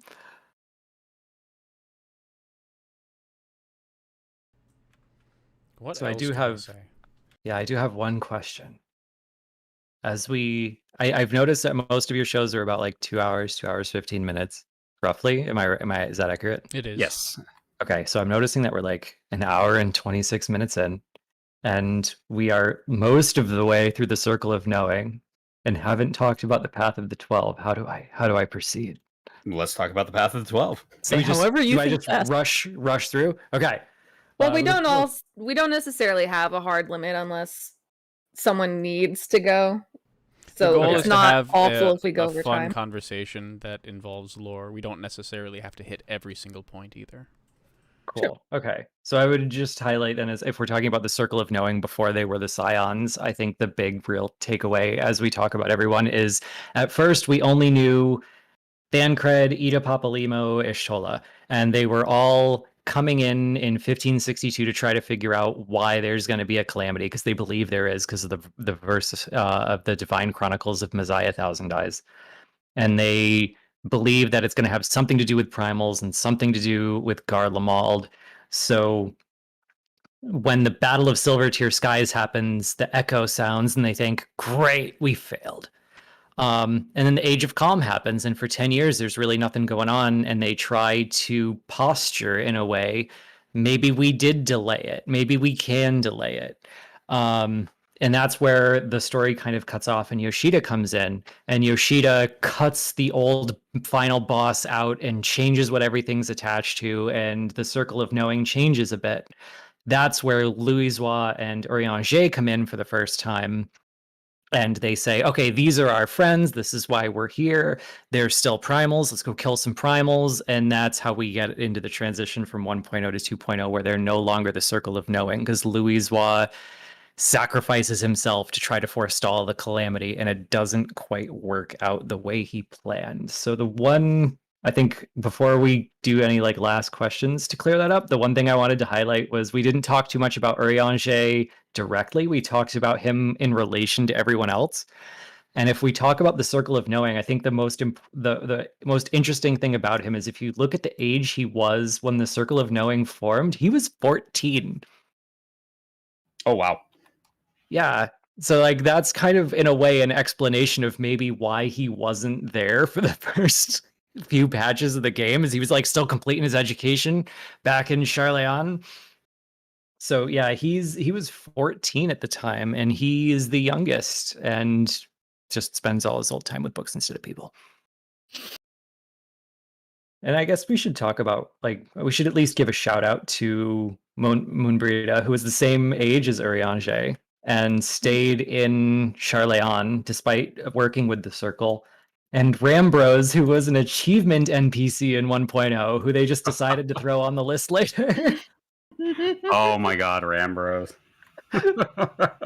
Rambros was just a guy you talk to get your achievements. And I am a little ashamed to admit this, but because his tattoo is on the top of his head in the same color as his beard, I never noticed it was his tattoo. Oh my god. I thought it was his hair. I mean, that would be That's one way to do your Archon mark. I mean, as opposed to Urianger, who's like, you can't miss mine, it's on my face. He was like their boy wonder at school. He got his PhD so young, he's like, I don't want anyone to miss this. I don't want anyone to claim they didn't notice. You know, honestly, like I gotta hope when we go to Old Charleon, it's gonna be a way for us as the player character to get an Archon tattoo, and we get to choose where we put it, so we can do stuff like that too. That would be fantastic. That would be awesome. I'm gonna write Yeah. a thesis, and it's gonna be badass. Okay, so I think we hit most of the notes on the Circle. Do we have any questions or anything we didn't hit? Anything we should still talk about? Yeah. So when the circle came over from Charlan, we Mhm. know how Fortunal reacted to Louis Swall coming over, but we don't really know what the reaction was as far as the forum at large was. Do we have any hints as to how they reacted to Louis Swall basically bucking their directive of non-interference? I think it would be split along the lines of kind of how they view their culture, because we know that Fortunal is very deeply traditional conservative Charleon. Like, it was founded by people who survived a horrible war. So war is the dumbest thing you can do. War wastes your people and your resources and your money, and it destroys the land, and you call it victory for some reason. Like, they're better than that now. So I think the more likely they are to agree with traditional Charleon values, the more they didn't like what Louis was doing. Because it wasn't just that he was meddling in history, he became the tactician of the army of the Eorzean Alliance. Yes. He was all up in that. Yeah, they probably didn't like that at all. That is intervention writ large. So I wouldn't say that there are likely to be no sympathizers with him, especially because he gave like a very passionate speech about, like, again, like, if you don't save people that you could, you're not being a hero, you're being indolent. So I think like that probably resonated with some people who were there. I think it caused some tension with his son, especially if his son is in control of kind of a very large faction and giving speeches about how his dad is wrong. So I bet it's very complex and there's a lot of different opinions. It's interesting the grandchildren taking the mantle of the prior generation. This whole thing going on is going to be a little bit spicier than mere disownment. I cannot wait until we get to Leveilleur Manor. Mm-hmm. Because like, Same. if we assume that anything in the trailer is accurate, because in Shadowbringers a good deal of it was, that means Yashtola's harassing him at work, and then he has to go home and deal with us at home. And that's going to be great, especially if his wife is there and super nice to us. So I'm imagining him getting harassed by Yashola at work, and then he comes home and he walks in the door, and the Warrior of Light's just like, I'm their new dad. And like, he's like, get out of my house. And then his wife walks in like, I made cookies. Like, this is going to be so good.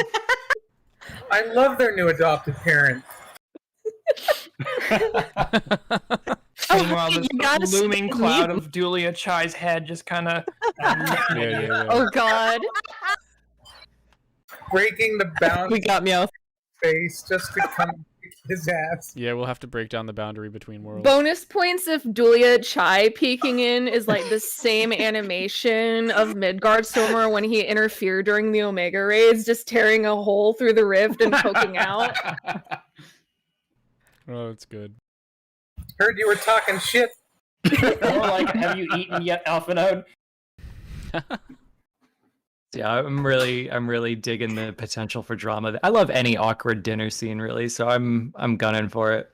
It's a I'm bit of also a- hoping and expecting to get some fun stuff with the Scions going back to their ancestral home and, the sorts of things that they thought they got away with, and we hear about someone's childhood or something like that. Little Oh my touches god! like that. Yeah. I cannot wait to hear more about Alphino's final graduation dissertation. That's enough. Thank you, Cryle. We need to meet more of their former classmates and hear the stories. Yes. Now that you mention public opinion, I kind of hope we meet someone who had like a big swerve, because like Charleon, we know more about its founding beliefs now, but its original beliefs were you're supposed to gather all the information and knowledge in the world, and you hoard it, and you help people with it, and you try to guide the world, and that was kind of the original lore of what the city was that we were told. So when you meet the Circle of Knowing, and they're like, hey, we think that we should get all of the information we can together and try to understand what calamities are and why they happen and how to forestall them, that seems very in line with Charleon values. And then he like rallies a bunch of military forces together and becomes their tactician. I imagine at least one person at home was like, yeah, go Circle of... Wait, what are you doing? So I really hope we meet someone who has a swerve now that you mention it. It would be interesting. It's a way to show growth and development of a character, So, the Path of the 12. Oh, what are like this one is kind of a ride. Because I feel like a lot of this lore was just lost, and without it, it really colors how people see the future. So where do we begin with it? Ooh, well, I guess let's start with when we are praying to the monuments in the end of 1.0. Okay, so like, do we want to go like start at the end and walk backwards, or? I think so, because I think most people are familiar with where it ended up, but not necessarily where it started. Okay. Let's see. So we don't interact with them too deeply once Louisoix shows up. They throw their support behind him, and I think it's part of the reason that they connected the Path of the 12 to Louisoix in that short story. We find out that Minfilia was actually starting the Path of the 12 under Louisoix's suggestion and guidance and encouragement after Thancred put Minfilia in touch with Louisoix. They sent letters to each other for a bit. And I think that was part of why that foundation came to be. So we didn't just like leave her in the lurch as soon as Louisoix showed up. So the end was we actually created a Path of the 12 throughout Eorzea and encouraged everyone to go on a pilgrimage and pray to them and to save us from the coming calamity. Interesting. Okay, yeah. So, and that was more of a retcon in the sense that they position Minfilia to be that leader of the path. I made boba. It was a retcon in the sense of that the Path of the 12 was going to go in a completely different direction. So was the Company of Heroes. It went in a totally different way. Because I would like to stress, in case anybody didn't know this, like in 1.0, there was no Hydaelyn. There was what we now remember to be Hydaelyn, that voice, hear, feel, think. But back then, she didn't have a name. She wasn't the Mother Crystal. We didn't know who it was. She was, quote, the unseen songstress. That's all she ever was. She had no name. So the Path of the 12 was trying to discover the identity of the unseen songstress and figure out which of the 12 it was, if any of them. Or all of them made manifest. Or all of them made manifest. Yeah, in the end, it's going to be like the 12 are all of Vanah's friends and Hydaelyn summoners, and it's like, oh, they were just emanations. Problem solved, intended all along. Oh my god. Yeah, I do. 1.0 version of answers still creeps me out to this day.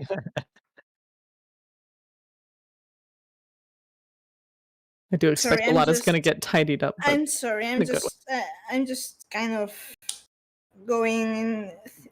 The term unseen already gives me Final Fantasy 13 creeps, but 12 creeps too, to an extent. but the term songstress being yet again another term refers to sound and the like. It's like, Oh no. Mhm. The top of my list of like curiosities, I expect they would like if I asked this during an interview, they would just make shit up on the spot.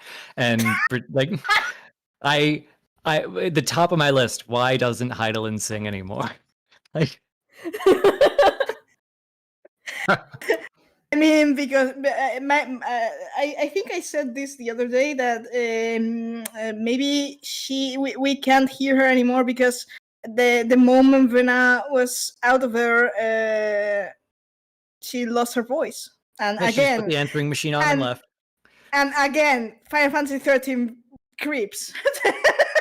So I'm sorry, this is going to be a bit of a shit post, but now I'm just imagining like Hydaelyn as Ariel from The Little Mermaid and Fandaniel as Ursula, and like just my brain.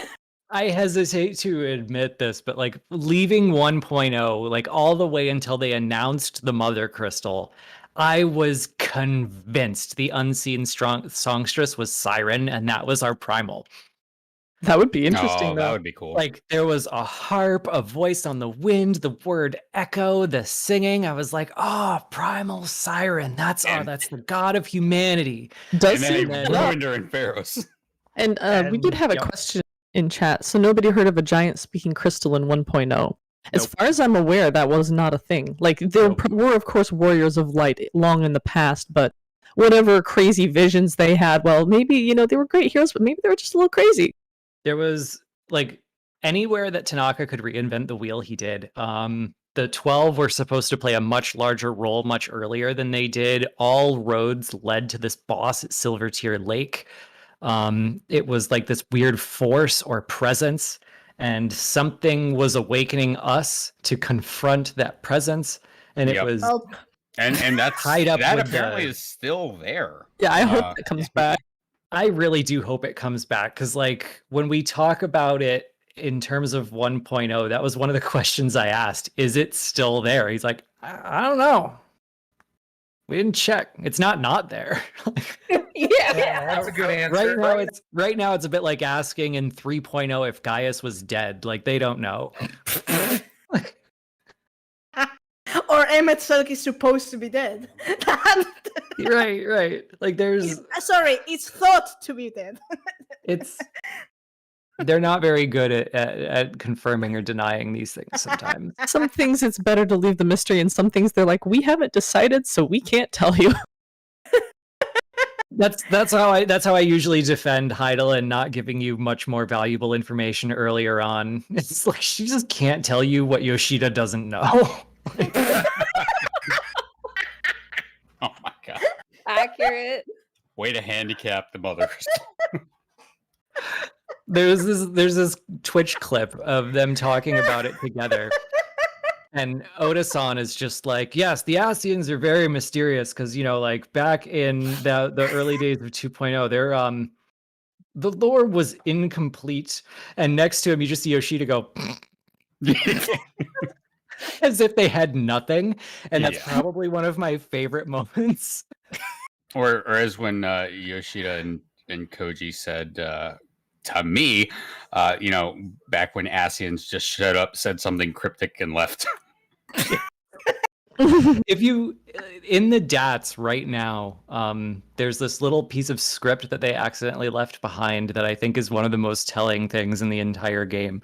So there are these like little liner notes that tell you what's going on in the scene when you're working on the script, and they left one in by accident that someone found, and it's the scene right after the Waking Sands massacre. And you're supposed to use the echo on the Sylph so that you can understand like Livia's attack. And the note is, use your contrived psychic powers on the dying Sylph to figure out what the hell happened. That's great. Amazing. So that kind of tells me that a lot of what we're seeing is brilliant writing. Just really good writing. Amazing. Yeah. So the Echo, contrived special powers. Aether is plot device energy, as Ethers coined. Aether doesn't even have the same definition in 2.0 that it did in 1.0. Like we've come a long way. They are really good at this, though. But I'm sorry. Oh my God. Sorry. I wanted to. Go ahead. Is this Meow No, we Death killed number Meow. 2 or 3? Meowth is broken. Yeah, again. I wanted to point something out. When you said that before in 1.0, Heidelin's name was unknown, her presence was unknown, blah blah, and well, all that stuff. Kind of.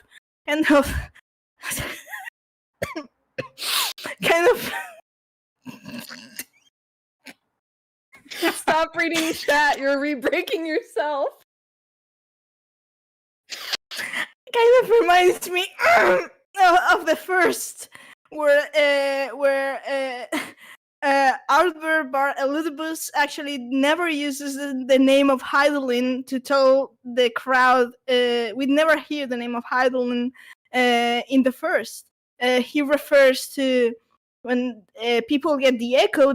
He refers and explains that what they heard was the voice of light, the voice of light itself.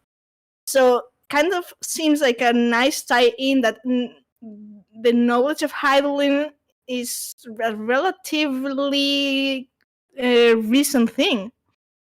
It is relatively recent, and it was it was a joke that we made early on, I think, at the first fan fest. Because, you know, like Koji was walking around, Yoshida was walking around, and one of the people I know is just like, hey, why does everyone know about the mother crystal now? I was gone for 5 years and it went from, hey, where'd this power come from? Yeah, aren't the 12 great? And I get back and everyone's like, may you ever walk in the light of the crystal. And like they just jokingly were like, yeah, Minfilia figured it out while you were gone. So she solved the mystery, and then she told everyone. She has really good PR, and most of the people in the realm have no idea. They still worship the 12. They don't know what a mother crystal is. But the people you talk to, she got some pamphlets out to. They're in the loop. It's an inner circle thing. One might The imagine that reasons why I Charlene joke knows a lot about about it, but the rest of the propaganda. people don't. I'm not sure how I feel about that. It makes sense, and it's pretty much how I view everything. Because if you go ask the random like Alamegan refugee on the streets of Ula, hey, do you know about Hydaelyn? They're like, yeah, I know about the planet. What are you talking about? Right, exactly. So I mean, part of this is also like the lore on the echo reappearing in individuals when a calamity is near, and then tucked away in that would be, you know, Hydaelyn, you know, summoning meteors whenever she needs a champion. I mean, this is all part of the kind of, we're in a very knowledgeable circle as the player character. Yeah. And I Yeah, think, like an odd shift for me going from 1.0 to 2.0 was like 1.0, the Echo felt like something that you kept hush hush and not many people Yes. knew about it and looked at you sideways, which we got some of that again in Shadowbringers on the first, especially in the role quests, but in the MSQ, we don't really see any weird reactions to the Echo anymore, which is a little weird to me. I will say Then I again- like that original thing because honestly, you're hearing voices, you're seeing visions. Most people are going to think that guy's crazy. Then again, during Shadowbringers, we don't get a lot of echoes. True. That's true. this is, I think, going to come up in the story itself pretty soon. Just because I'm trying to think of like kind of the best way to approach it and word it. Is this just when we first met the path of the 12, the Echo was something a lot of people had and no one talked about. And it was very important to bring them all together and try to figure out what happened. And now we're in a totally different boat with how that works. And they've changed the lore of the life stream a bit in a way that they haven't cleared up yet. So I don't even know how to approach that. Like, we have legends of 12 people who are supposedly reincarnated incarnations of the 12 that save us every time there's a calamity. Right. And Braves. the Zodiac way. Braves was one such group that was remembered that way. And when we think about it that way, we wonder, are these just misremembered heroes? Are they different people every time? And these are just the people who get gifted crystals of light, and maybe there's not 12 in an era. Maybe it is always 12. We don't know. So then we wonder, are these just misremembered heroes? But then we get this new lore that the life stream isn't this blender that completely destroys you every time you're dead. After all, it turns out there really are reincarnated people. And then you wonder, are they all that way? Like, what happened to the soul blender lore then? Or are some people like this? And then what if it is the same 12 souls every time and they're just born different people? And I really think they're going to have to clear that up very, very well in this expansion because they haven't touched it yet. I very fuzzy, completely agree. And there's a lot of question about, you know, the reincarnated souls of the warriors of light.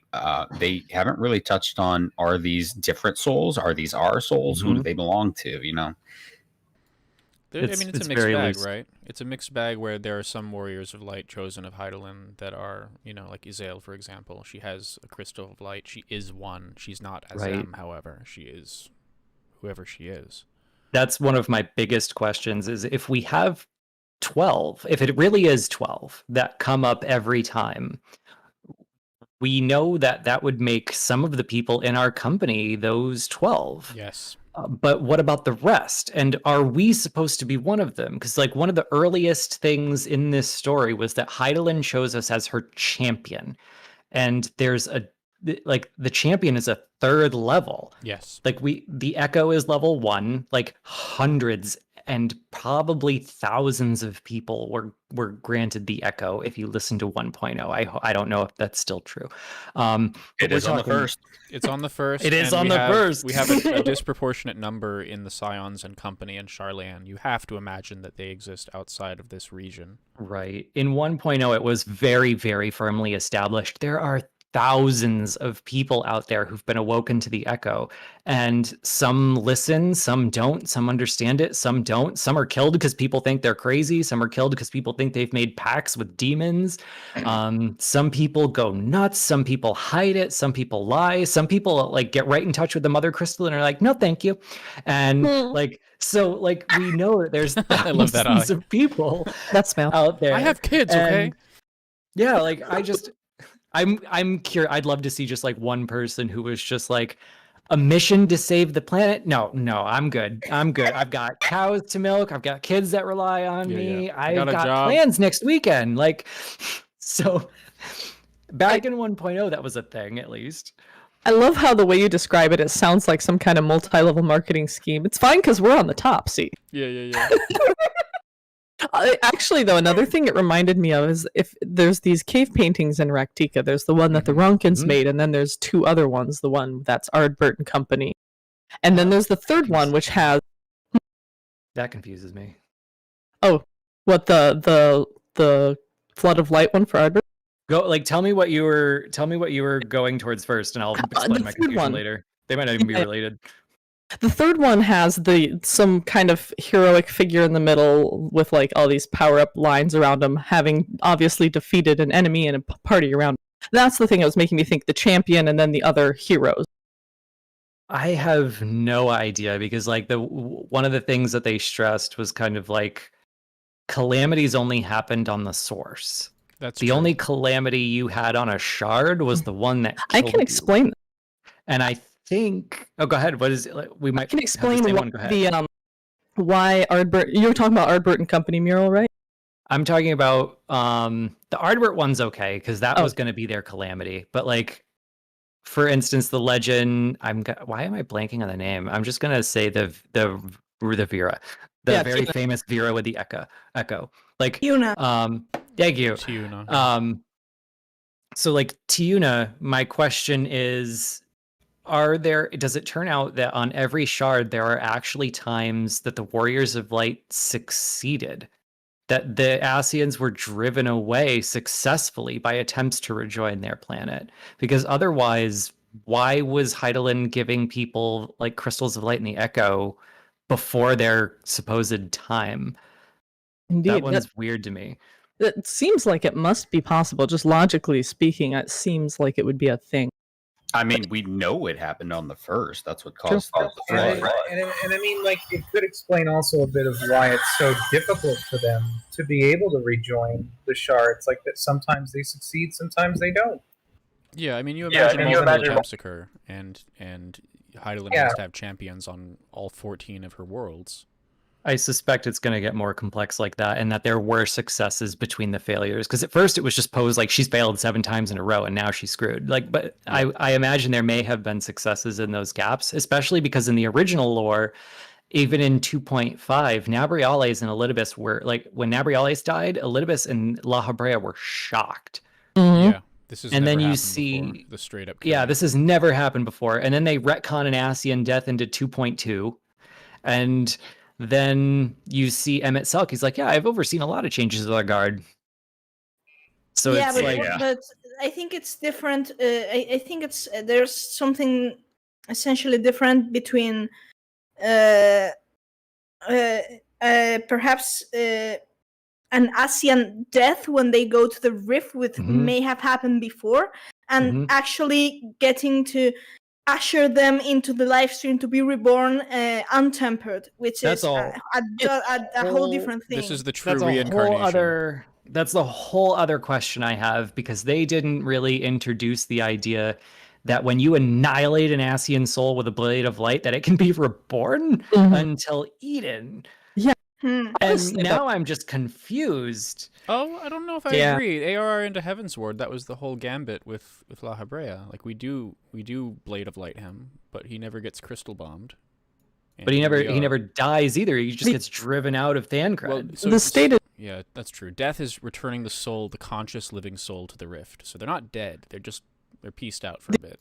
The stated intent of using Arasite on Nabriales, well, the stated intent of creating the Arasite in the first place was to pin them down so they could be forced back into the Right. life stream. Right. Without the Arasite, they simply Right. escape to the rift. Although, with the changing of the guard thing, you have me wondering now if it's possible that once they're in the rift, they're kind of stuck there until an Unsundered comes and rescues them. There's this whole like it's gotten very ambiguous, especially because like I think a lot of the fandom desperately wants the Ascians to be more interesting and okay than they are, while Square Enix is like, I just need them out of here. There are too many of them. You know, one died over here, now two died over here. One was over here. Yeah, they died then. So like I think there's this tension between them that's very difficult to clean up because of, like the first thing we were told originally is like when you kill an Ascian's vessel, it just leaves and it resists the call of the life stream and it goes on to the rift and then it can come back and it never really died. And the way that you kill them then is you bring the life stream to them. Right. So then we claim that we did that to Nabriales first because we were just able to drive La Habrea out and he just left. And even like Thancred didn't even die. The vessel didn't even die. We just shoved him out. It was an exorcism. And then Yeah. Nabriales was held in place and shorn apart. And then Amaralov was dunked into the life stream. Igiorm was shorn apart. I'm glad you said dunked because that's the exact same phrase I used. La Habrea was eaten by Thordan. Yes. Yeah, and then La Habrea comes back and was eaten by Thordan, and it was like shoved into the eye, but he wasn't totally torn apart until later. And then, like in an interview, they're like, yeah, he wasn't like he got torn apart in the eye, but like it wasn't really fully dead until Estinian stabbed the eye. Until he killed the eye, and then he's free. He's free now. That's the hypothetical we were positing. Like so with Pandemonium and the half mask, half. Oh ceiling. yeah, the Mateus theory. About that still, like it still seems very ambiguous. It what's really is. happening. It is. And like they can't really get on the same page for any of this, and it drives me nuts because we don't know how many Square Enix thinks are alive and how many the fans think are alive. Like even when it comes, go ahead. It feels like that. There's definitely a possibility they could theoretically bring all of them back and make up reasons for why it would be plausible if they really It drives me nuts, especially like even when they knew that this was a problem and they should do it more clearly. Like the journal makes it clear that in the case of Elidibus, you completely shore his spirit apart. It's ethereal mist, and then the leftover Legos of his totally dead Oblivion sent spirit are absorbed by the Crystal Tower. But there are still people who are like, yeah, he's fine in there. We're those people. He just needs to be let out of the tower. Like there are people who believe everything from beginning to end about where the Ascians could be, and Eden threw me for a loop because they didn't even claim Oblivion in the sake of Mitron and Logriff. They went back to the life stream. That was weird. I always thought that's what Oblivion was. Again, it's very hard to nail down. It is. Like I'm just waiting for the ending. I have no idea. In the literal sense, Oblivion is forgetting, and when you die, your soul gets, he goes through the wash and comes out fresh with no memory, almost no memories. Yeah. The stains do linger. I have no idea, especially because, like, wouldn't that imply then that Emmett Selk can be reborn, but he's going to be reborn with 14 soul pieces? What's that going to be like? That's one of my arguments is that in the end we're going to have to tell people of the truth of the ancients, because if these ancients come back and they are reborn with no memory, people are going to treat them like freaks. It's definitely weird. Sundering them would be an atrocity because that's a natural. It's one of the reasons. Oh, go ahead. No, so that's the thing, and also Emmett Selk is also a very complicated case because the manner of his defeat, let's put that way, because he actually broke the Orosite. He was not sealed and shattered. It was not a proper kill. Yeah. And also, even though we kind of know that he's in live stream, he is the Lord of the Underworld. So it's like he's pretty much chilling there. So This is it's where I like- get back to the difference between how Square Enix sees it and how the fans see it, and how that I don't think they know. I don't think they realize how differently they present some stuff. Like, Ishikawa thought it was nothing for the aura site to break. She thought there was no difference at all between locking Nabriales inside of it and using it as a stake to prevent Emmett Selk from leaving. They were both the same thing to her. They were just preventing it from leaving while you shore it apart with light. You prevented it from running away to the rift because it was anchored where it was. And yet, And etherologically, that can't be the case. Fans didn't see it that way. And you And can now he's like narrating the trailer. Yeah, now he's narrating the trailer, and we have the trailer. short To be stories very find clear, from it. that is not what we're talking about when we say he broke the RSI. We're not talking about Thancred shattering. We're talking about, like, because it grows out into this huge spike, and he's very obviously trapped on it. He And ripped it then out. he breaks it. I'm gonna And see, then He ripped it out of himself. and see if I he can- breaks it, and then the Scions stop channeling ether, and everything goes creepy dark, and only then do we throw the axe. He was already free of the Artisite. He was chasing toward us again. That's what we mean. I'm gonna see if I can dig up the interview where it happened. But Ishikawa is just like, yeah, he's dead. I know It's the the one. same thing. Well, no, So she has that's very where I think there's a particular phrasing. difference. Yeah. There's a very suspicious and then in there is all I'm saying. Oh. I mean, the whole thing of 5.3 already kind of it doesn't really matter. Perhaps the intention, the original, well, not the original intention. I mean, didn't Ishikawa said after 5.0 something about he's thought to be dead, so there was already that ambiguity. That was So, the phrasing she used and thought to be They dead. were I'll see if I can find that. I Like, think that's that just- they were definitely disarmed by his popularity as a character as well. Mhm. Yeah. They might have had the idea that we're gonna kill him off, and it's gonna be clean in our perspective, and then everything kind of happened afterwards, and they responded to that, reacted to it, and that's how we ended up with the I do think 5.3 at the least, his return there was entirely planned. The I 5.3 agree. story Why is else very would they go blatant. to the trouble to emphasize those two gestures, the snap and then the wave? Like they hit The- those two really hard, and then they brought it back in 5.3. The And the ambiguity story. of that, when I know early on, it was just like, there are 14 of them, they can't be killed, you killed one, it's permanently gone forever. And then we go to where we are today, and there's like a big Yeah. gap between those. That makes me just so hesitant to speculate on any of it, because for all I know, Emmett Selk is fine. And then he's gonna be back. But like, part of me is just like, what if he's narrating the trailer because he's the one who made the Azem stone, and he spends the entire expansion heckling you from the inside of the Azem stone? That'd be the one- amazing. A shade of him, Please you know? just sign me up for that.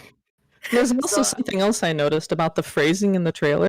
There's nothing in his narration that makes it clear that he's talking about this particular resurgence of the final days. He could be reading a children's book from back before the phrasing is No, intentionally he says unclear. Fang and Claw. Fang and Claw, while it was present in the other one, it wasn't the real problem. Here it is. They didn't know the real problem back there. Exactly. I'm It's just food for thought. I hesitate to speculate on where it's going just because I can't even say what they think is happening after. Like, Yeah. that drives me nuts. Where we are right now, it is really wide open, and I love speculating, and I really enjoy I being could very go- experimental in I my could- speculation. But I can't say anything with any certainty. I could go on with my dreamer speculation. Bonnie and Neil already know of this, so all of you know. But that's a mess. I have an artwork of it. If you want, you ask. I mean, hell, We're rumor talking about speculation him. itself could be an entire goddamn episode. Exactly. We Yeah. could talk about Emmett for like hours. I know I could. What I would stress is that I first and foremost consider myself an archivist. I try to say what we know, how we can best interpret it today, and when we know and why we know it's a fact. But when it comes to the future, like, they're not relying on precedent all the time. Sometimes Yeah. they're relying on, we have a really cool idea and we can think of a way to work. So like, I almost always, if there's any ambiguity whatsoever, if there are conflicting citations, if the inference isn't confirmed, if there's any idea that's not set in stone, I'm like, I've got to hold off on that, just because they have swerved me a million times before. Like going from 1.0, going from 1.0 to 2.0, where you're just being like, yeah, that final boss doesn't exist anymore. The story is completely different. You never really trust again. I understand that 100%. fair. And we know for a fact that even within the writing team at Square Enix for 14, that there's not always communication going on. So they could be There wasn't going back in the day, especially. Yeah, there wasn't, especially with Moonbreed. I remember Ishikawa saying that she was not consulted before she was killed off. But yeah, I still think that could be, and I think they're a little better about being on the same page, but they still have this mountain of pre-established lore that they almost have to fight against. Yeah. And so they're trying to figure out, how do we bend over backwards to make this work, to do what we want to do, and maybe deliver something that we weren't initially intending to do, but might be cool if we could do it anyway. Right. Like that's, that's how 2. I want to say 2.1 to 3.0 worked, where they were just like, the writing team just had really great ideas on how to summon primals every expansion, and the lore team was like, that's not how that works. That's not how that works. And so like even just that was tough to figure out that for. And now we've got the Ascians, 5 expansions of the Ascians, and I bet that not everyone's entirely on the same page about that.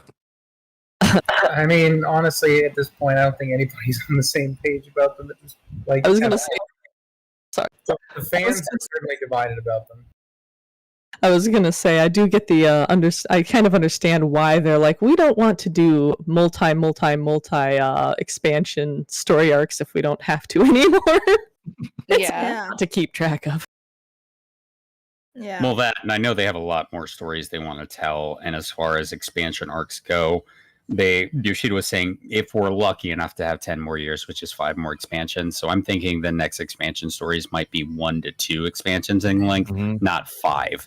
Mm-hmm. Right. And that's a good length, honestly. And I'm hoping that because they have this good foundation now, they can tell whatever they want to do and have it be a little bit more consistent. Right. So the main story of 14 is going to be over after Endwalker, but they're going to have side stories now and kind of building more into this world. I'm perfectly fine with that, because up until now they have to work with what they were given, and not and in a sense it wasn't their world. They made it. They're kind of making them theirs, but they had to deal with stuff that other people came up with. So it's understandable they have to do this kind of gymnastics to adapt the thing to their vision, because now the game is theirs. But after this arc, which ends this initial arc set by other people, now they can go into what their vision is fully, at least for the most part. And in some places they didn't even have that old information to work with, so it's even more of a mission than we really understand. Like when we talk about the Path of the 12 and the Circle of Knowing and how they tied into 1.0, your first echo in 1.0, you actually pulled an object out of that vision into physical reality, into the present with you. You took an object 10 years into the future from a vision somehow, and it never came up again. Thanks, Althik. Yep. It didn't come up, and that was one of the things that we kind of put on the big interview list of how do we make sense of this, how do we make sense of that, and they were like, yeah, I don't want to touch that one, I don't know what was going on there. Wow. So they're doing everything they can, and I'm really excited for I wonder if where it's gonna go. I wonder if they will touch upon that for Endwalker. That would be really I would cool. laugh. I want to see. Yes. I want to see every mic dropped. I want to see it come back. Like I want to see it come back to Silver Tier Lake, and just Yoshida walks out and drops the mic. Like, and this is how we gave Sid his goggles in 2.0. I just want the Wandering Minstrel and Godbert to walk out of Silver Tier Lake and be like, okay, let's fight. Oh God. That'll be our other ultimate fight. God. We have a question in chat. The main writer says to brush up on the Coil story and the Omega story. What do you think that means for Endwalker? I have strong opinions on the Coil story specifically because I think Dalamud was basically a mini version of the moon. I think they're going to be echoing a lot of those same plot lines and ideas. Don't get me started on artificial moons. And don't get me started on the latest Tales from the Twilight, where the elementals warn about danger coming from Oh, the God. moon, Yep. not Not the lesser moon. not the lesser moon, Not not the what's red inside the moon, the And moon. I did check this in French and German, and they both say the moon. Yep, all four. In Final Fantasy IV, the moon is where the ancients, the Lunarians, sleep, but it's also where the main villain resides. The hollow moon concept in Final Fantasy is pretty well established, and that plus like Zodiac prison, weird ether near Meanwhile- the tower there. Meanwhile, in Final Fantasy 14, in Final Fantasy 13, actually the final entry of the trilogy, what it's inside the moon, it's actually who is inside the moon is actually the key for mankind's salvation. So it's kind of Them you know? salvation and moon themes. So Neela, you know what I mean. Because I would stress that like there's kind of retroactive bias coming in for me if I think about this, because in 2.3 I had this very wild idea and they never shot it down enough for me to abandon it. So when I think about it now, it's like it's pouring in as I'm trying to think about the answer to the question instead of like really objectively thinking about the question. I loved this idea that like you are on the planet and you dig into the planet, and even though you're still in the physical world, you cross into the ethereal world, and then in the ethereal world inside of the planet is the mother crystal. And I was like, what if you go to the moon and the inside of the moon is not an ethereal world anymore, it's a rift because he was kicked out of the ethereal world. And then inside of the rift is the father crystal where they're trying to rebuild it. Yep. So the inside of the moon is simultaneously a physical space and a non-physical space, like a pocket dimension, just like the Earth, just like the planet. And that's where the chrysalis is.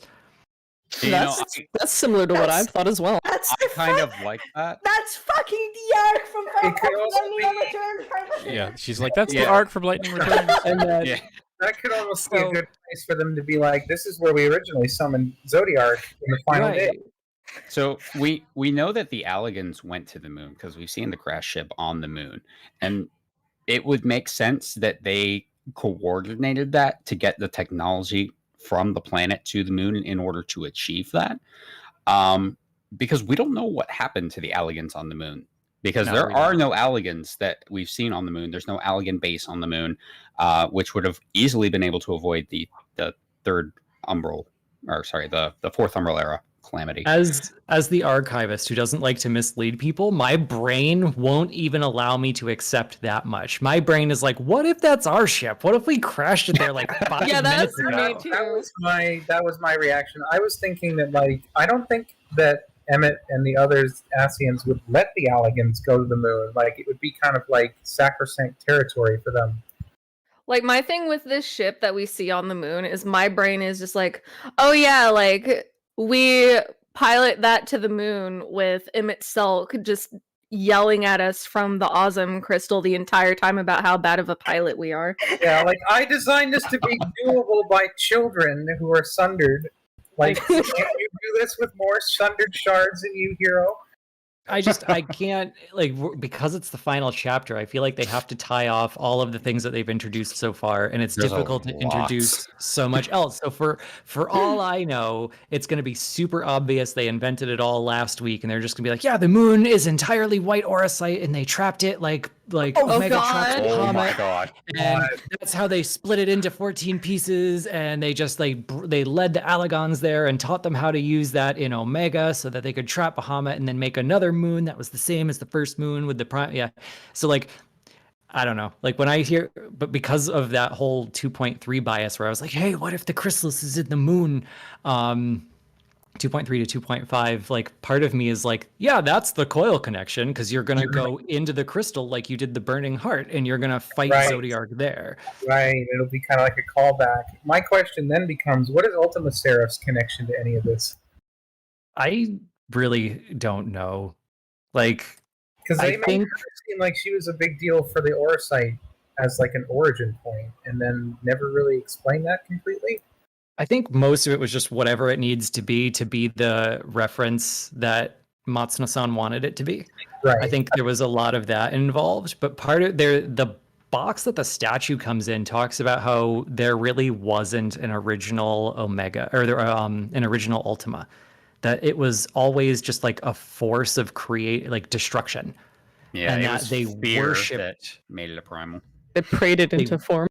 They worshipped this energy, and that's how it became. So I'm thinking like you might be able to clean it up if that energy was always connected to kind of the soul and spirit of Zodiark, and then you have Sabik as the original black aura site that was a sliver of Zodiark and his power. And Sabik was supposed to be back by now, so I don't know what I'm supposed to like infer.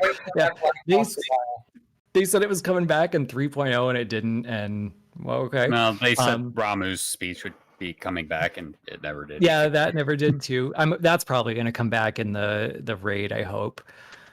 So it's just, I don't know. Like there's so many ways it could go, and all of them feel equally crazy. And I always shy away from trying to sound crazy. Maybe always is a stretch. It always is a stretch sometimes, but I can appreciate being grounded when it comes to this stuff. Yeah, I mean, that's one of the cool things about Endwalker. There's just so many ways they can go with it, and a lot of them aren't even mutually exclusive from one another. Indeed. I mean, if you ask me, if I wanted to go to make a full perfect circle, have Nero pilot the ship to the moon. Oh, please. I'm imagining the whole thing is just narrative symmetry with 1.0 down to like Zodiark tries to hit you with like a true Ultima cast, and Vana dives in the way and dies to it. Like I'm imagining it's just like Praetorium all over again. I don't know. I have no idea. I mean, the whole thing with Vana. I don't know if any of you those I know here that have played Final Fantasy 12. For the most part, I don't know. I know they did, but the moment I read Vana is the Heart of Hydra, my reaction was, "Oh, fuck!" Pretty much. Well, oh no.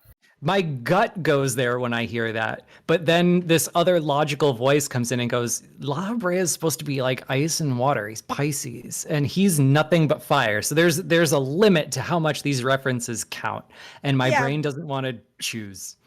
Yeah, but Vena is a real specific choice of names. That's why I'm I'm not expecting anything good to come from this. Vena meant well. Yes, but yeah, I agree. I could discuss Ivalice a lot too.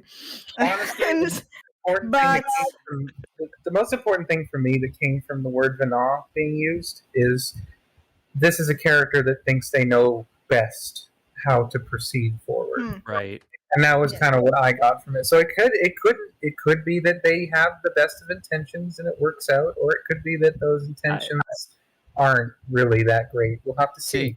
I think they did the right thing for the wrong reason. Yes. I chose my positions probably before 3.0. I was just going to be like, this is more fun if I have faith in a few specific things. And that's where I'm going to go. And pre 3.0, my goals were the 12 are real, Elidibus is a snake, Gaius lives, and Crystal Mom loves you. Yeah, I cannot abandon her now. If I have to go down with the ship, I'm going down with the ship. That is fair. I believe I must try to defend her and say that my belief is that we're going to learn that she made some hard choices and worked with the information that she had and meant well, and ultimately might have made things worse. respect. That's Yeah, I mean totally that's kind of where I respect. am with That's- Mommy and Daddy Crystal. Is I'm Yeah. kind of just like neither of them are, necessarily ill-meaning. They're probably both quite neutral. There's But basically shit computer happened. programs, AIs, extent- rogue AIs. To extend and reverse it, it could be just as easy to say that because Zodiark was summoned to fix the world as the ancients thought it needed to be fixed, we are incompatible with that vision. And incidentally, that's why we have to be he has to be our antagonist. Like there's a way to make him not evil, and we still gotta kill him. And because I set myself up to defend Heidelin no matter what, that's where I'm stuck. And I guess that It's means too late to change. question then, like, what is the player character's options going to be for like what they think the new world should be? If we're talking, if I extend my bias and the position I've kind of locked myself to for the fun of it. Yeah. Like if we assume that's true, where do we end up? I think we end up in a place where the Warrior of Light, their position early on in the game would have been, look, light isn't good or bad, dark isn't good or bad, but dark thinks I'm incompatible with the universe as it should be, and light's got my back, so light's okay for now. And then we learn that maybe too much light is a bad thing, and that these two entities are really rocking a boat that doesn't need to be rocked. But if Crystal Mom's got my back for now, she's okay. And I think if we were to follow that logic to the very end, I would assume we're heading towards an ending where the convocation didn't, like, again, this is totally crazy off the cuff, just if I'm Go right ahead. on one, where do I end in the end? Is that the convocation didn't see Zodiark as permanent until they were tempered. And then no one Agreed. could figure out Same. why they were being Agreed. so stubborn about him going away. Like, we agreed on this. Why isn't he going away? And they're like, no, we've realized he's the solution to all problems. He can stay. We need to sacrifice that- more bodies. Come on, guys. Right. We just need to keep doing this until we, great, we got new life back. Well, let's get a whole bunch of that new life and sacrifice them, and then we'll really be done. He can do anything. And I think that if they couldn't convince the convocation that Zodiark had to go, they had to bring something else into being to counterbalance him temporarily. And then it didn't work out. It wasn't temporary at all. The problem was never solved. The real question is in the sundering, because that's big. Like it changed the world as we know it. It changed life as we know it. It changed birth and death as we know it. So how do you absolve that situation and get to an ending where because the lives of the Sundered, if you think about it from an in-world perspective, are, who wouldn't want to be immortal? Who wouldn't want more power? Why wouldn't you want to be an ancient? But the Sundered are the ones that reflect the life that we live on Earth. So it's kind of alienating to make you come out of this game like, yeah, I don't like being someone who only lives for 100 years and has biases and, is imperfect. So how do they make you proud of who we are as humans through that story in a way? So I think bigging up Sundered life as having value is going to be part of it. And I'm curious how they're going to do that when they've already made it sound like to be Sundered means to be broken instead of an individual person. Like Emmett Selk was big on that. You're not complete enough to be considered alive. Right. To be I think contrary- the big way out of that, sorry to interrupt, I think the big way out of that is going to be to be able to do something that the Unsundered could not in a bigger way.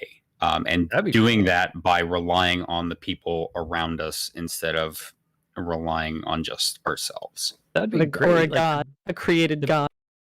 I best from thing I think Go ahead.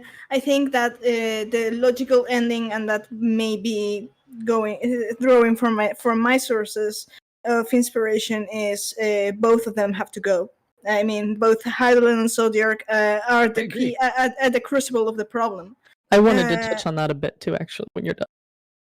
No, I mean that's actually the real problem, because if if Zodiac is there to preserve life, but could be a flaw, as of now, could be a conflictive directive because he may be programmed to or give like an AI, and he might be programmed to preserve life as it once was, which is entirely possible. But Heidelberg's directive was to destroy darkness, which is a bad thing.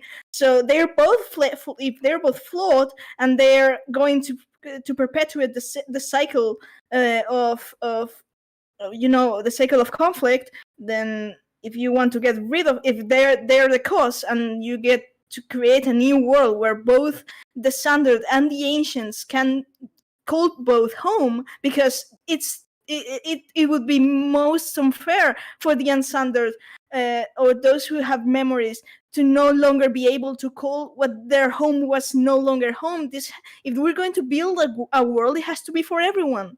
So, but of course, Heidelin is, as of now that we understand, wouldn't allow that, because, well, that would be entering certain things, but anyways, the thing is, the most obvious solution, we are the Icon Slayer. What we do? Kill these things. Go get rid of them. Also, Final Fantasy 13 taught me not to trust the gods, so that's that. Finding some manner of reconciliation between the past, the present, and what different visions exist for the future is definitely going to be a big element of this, I think, regardless of what moral and philosophical interpretations one can take regarding the value of sundered and unsundered life. So I kind of reserve judgment a little bit at the moment, but my preference would still be trying to find some kind of reconciliation between the two. It's something that I looked into a lot when I was making my color inversion video and studying the philosophy of yin-yang, inyo in Japanese, and how that sort of permeates views and beliefs of that area. Like, as Westerners, we tend to view white equals good, dark equals bad. So, of course, we see Hylian, light goddess, blah, blah, blah. It seems fairly normal from our worldview, our society. But for someone else, saying things like too much light is bad, and they're like, well, yeah, you can't have too much yang. You can't have too much yang. That'll mess stuff up. You need to have balance. I really think we're heading toward balance anyway. I've been writing down notes as everyone says stuff. Wait, did you have more? No, Bonnie linked the video. She's shilling me. Oh, nice. Yeah, color inversion video is Neela's thing. I was kind of writing down kind of everything everyone was saying, because even though it sounds a bit like a debate, I think we're all kind of on the same page that we're going to end up in a place where both have to go. I agree. It's in the tone of how do they both go? Are they both bad? Do they fusion dance and try to kill us as one entity? Do they fusion dance and try to save us as one entity? In Final Fantasy, we are told, I think I extended a little further, because we always have never trust the gods. You have to kill the gods. But I think every now and then there's an exception where you kill anything that doesn't lead to the reins of history in the hands of man. And if there are gods who aren't trying to take the reins of history out of the hands of man, they tend to get let go a little bit. Good. I was gonna say, and this is a very surface level thing, but I personally suspect that our engagement with Vina is gonna be a Unalesca moment by the end of Endwalker.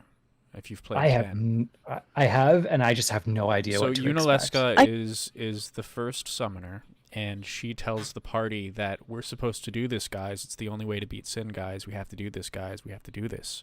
And party says, "F you. We're not sacrificing our friends to kill God. We're gonna do it on our own." I honestly think she's going to be like an inversion of Emmett Salk. Probably lie to us, but well-meaning. Right. Fair. But yeah, Unalesca didn't really lie. She just told us to us straight. This is the only way. I know you said that, Vina. But I'm it's completely else. Sorry. No, you're on target. It's just a different angle. But yeah, essentially, I think the summoner of Crystal Mom is gonna say, this was the only way, and we're gonna say, I don't buy that. I didn't buy it 20 years ago, and I don't buy it now. My hope is that we end up like, let's say that the theory that Anima is like the guardian of the seal on the moon turns out to be correct, and we have to like go through Anima to actually have a conversation with Zodiark. My hope is that we basically have a situation where the Warrior of Light has to have the blessing of light and a blessing of darkness to proceed with the ending the final days and whatever else they have in store for us in Endwalker, because at this point I'm just like, is it really just the final days we have to worry about in Endwalker? Because I'm getting the impression there's more going on here. Bonnie, are you saying Avatar of both powers? Yes, The please. Yeah, this is very anime, and I wouldn't be surprised. And that's not a criticism. Like, there's a reason this art form is like so well established and tropey, and if it's written correctly, then it'll be great. I mean, Zodiark is the embodiment. He is technically the elder primal of hope, and yeah, I mean, perhaps that's he's too much powerful, and that and if left unchecked, could entail a menace. But like the Great Serpent of Ronka, the way if you have him there kind of sleeping, it can be useful for the world in certain situations. I mean, he is an anti-apocalypse design primal, so means, you know what, kind of be maybe kind of handy. Whereas Heidelin would be the anti-apocalypse weapon. Seal the beast that saved us for the greater good. Because I didn't have a very solid prediction when the question first came up, I've been kind of writing down everything everyone says, just like, is there a trap door here? And I think the two trap doors that we've been given so far, in terms of, like, let's arguably say that we've been told Zodiark is the guy we're supposed to fight since the beginning of the game. It's weird to not. Do they actually make us fight him? And I'm thinking, like, what are the weird trapdoors we could have there? And I'm thinking, well, first off, what if the final days always happen if you have creation magics available? That was like, my thought as well during. The Sundering is kind of the only way to save everyone. You have a trapdoor there where this horrible thing is no longer so horrible. We know for a fact, and on that topic, that the sound or the keening or whatever it was, they never really understood it, and they didn't do anything to resolve it. They just took away its food, basically, by taking away the ability to create through the Sundering and changing how the world and creation worked through summoning a Zodiark. And our second trapdoor is this idea that, like Meowth was saying, like, we need a world for everyone. And then we have to have a question, is it everyone who's left? Because, like, if half of them sacrifice themselves to Zodiark, 75% of them sacrifice themselves to Zodiark, and the rest are the Sundered, is there anyone ancient that we have to make room for, aside from if Emmet Selk is reborn? And that's a question that I have that I don't know where that's going to come up. And I wonder how it works alongside the idea of, for some reason, this is only in French. Fandaniel says that Zodiark is just pissed. Like, Zodiark is 12,000 years of ferocity about to be unleashed. And I don't know how they're going to work that into half of the theories that are out there. And I'm very, very excited to find out. May I add something on that topic? Yeah, shoot. So if you look at the statue of Zodiark and the chrysalis and the mace that Emmet Selk wields during the final confrontation of Shadowbringers, you notice that the arms are crossed, and you notice that Anima's arms are crossed, and you notice that Hades' primal form has the same claws that Anima has. So thread these together and you start to get a couple ideas. One of them is that perhaps Anima is the sundered husk of Zodiark sealed within the moon specifically. That's one of my thoughts. There are other thoughts as well that the team has brought up, but there's all sorts of craziness that could be occurring here in the next expansion. I love all these ideas just because I have no idea what to make of Anima. Oh, that reminds me that the other day I noticed... Oh, go. No, I'm sorry. That was just an interjection. Go ahead. I was just going to say the other day I noticed that that Anima's hands in the art that we got, the Final Fantasy XIV concept art for Anima, look identical to Hades' first form hands. Not similar, not kind of, just identical. The weird nail, everything. So Not to why- say it is him, but it's very No, like weird. Not to mention Soler's Cliff. and it's just I it's don't it's see good to that as keep an much. open. It's good to keep an open mind about this kind of stuff. If for no other reason, then we could have like not never mind the fun of just being dead on right. It could be something that rhymes with this in a way we didn't expect, and we're just like, "Oh, come on!" Like Exactly. maybe Yes. it's all just like a bunch of Solus clones stuffed into the tower, and that's why it has a relation Yes, to Hades. Like we don't know. Like, Exactly. so like one of the reasons that we got so far from the Path of the 12, but I like never tried to bring it back to it, is because all of these things rhyme with the considerations we had in the Path of the 12. Yes. And I wanted to like bring that back to a quote by Minfilia if I could. Because all we knew about the Path of the 12 was they existed from 1570 to 1572 to gather up all the people who had the Echo and try to figure out where it came from. And they went away. But there's always one quote by Minfilia that has haunted me. And I mean, even if we don't have to worry about it too much, one of the things that she says to us in the first quote, where like the first quest where we join the Path of the 12 is, "Scores of men and women have passed through our doors looking to find answers, and scores have embarked on quests to do just that. But their efforts have gained us little, and many have not returned. Of those few who have, not one is willing to speak of what they saw at the end of the path. It is as if they all bore witness to a truth too terrible or too shameful to be told." Witness. Yep, witness. So I on Thursday put a video out speculating on what Zodiarc's words could be, whereas Heidelins are hear, feel, think, and I came up on witness as being one of Zodiarc's. I would love if we actually got them. It's like, have you seen the speculation that Emmett Selk actually told us what they were already? I agree with that one Yes. as well. Yeah. Look, Yeah, And the Katana Ravo. Yeah, look, learn, and remember, and mine is based on that as well. This is just it's gonna be a ride either way, and I'm Yes. like, I think like the core of this episode comes down to this idea, for me at least, that there was almost nothing to the Circle of Knowing and Path of the 12 lore, and yet it might end up being like this really big theme from beginning to end, just because of Yeah. how skilled the writers are. I would not be surprised if they just Neither would looped I. it back around and turned it into just this core element of what the story revolved around.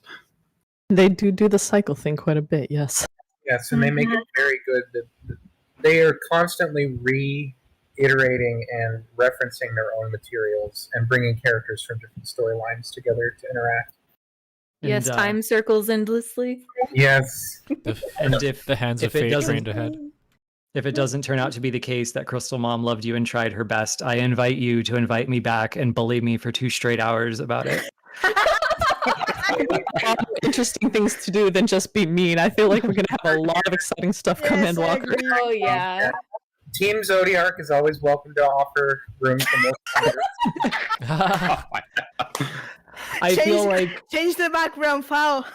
I feel like I exhausted all of my luck on Elidibus is a snake and Gaius lives, and I'm gonna be so wrong about Heidelin. I'm so nervous. I think all of us are gonna be wrong in a way and right in a way. Yeah. It's usually how it turns out. As long as we all get a good and exciting and wonderful expansion, we're all winners in the end. Yeah. We're wrong. Yeah, I've like, never really every now cared and who's right or then- wrong. Every now and then people will pull the oh, so you like Zodiarc, so you want this, that, and the other to happen. And I'm just like, no, I like both of them, but I like balance more. And I'm really excited to see what the fuck the writers are about to throw at us in Endwalker, because I'm pretty sure, one, it's going to be a lot of emotional pain. A lot of them. But 2, there's just so many paths that they've laid out that they can go down that just make sense. But then there's, the dozens of others that no one's even considered yet. like we don't have the full context. They could Exactly. literally anything, honestly, and it's just so exciting.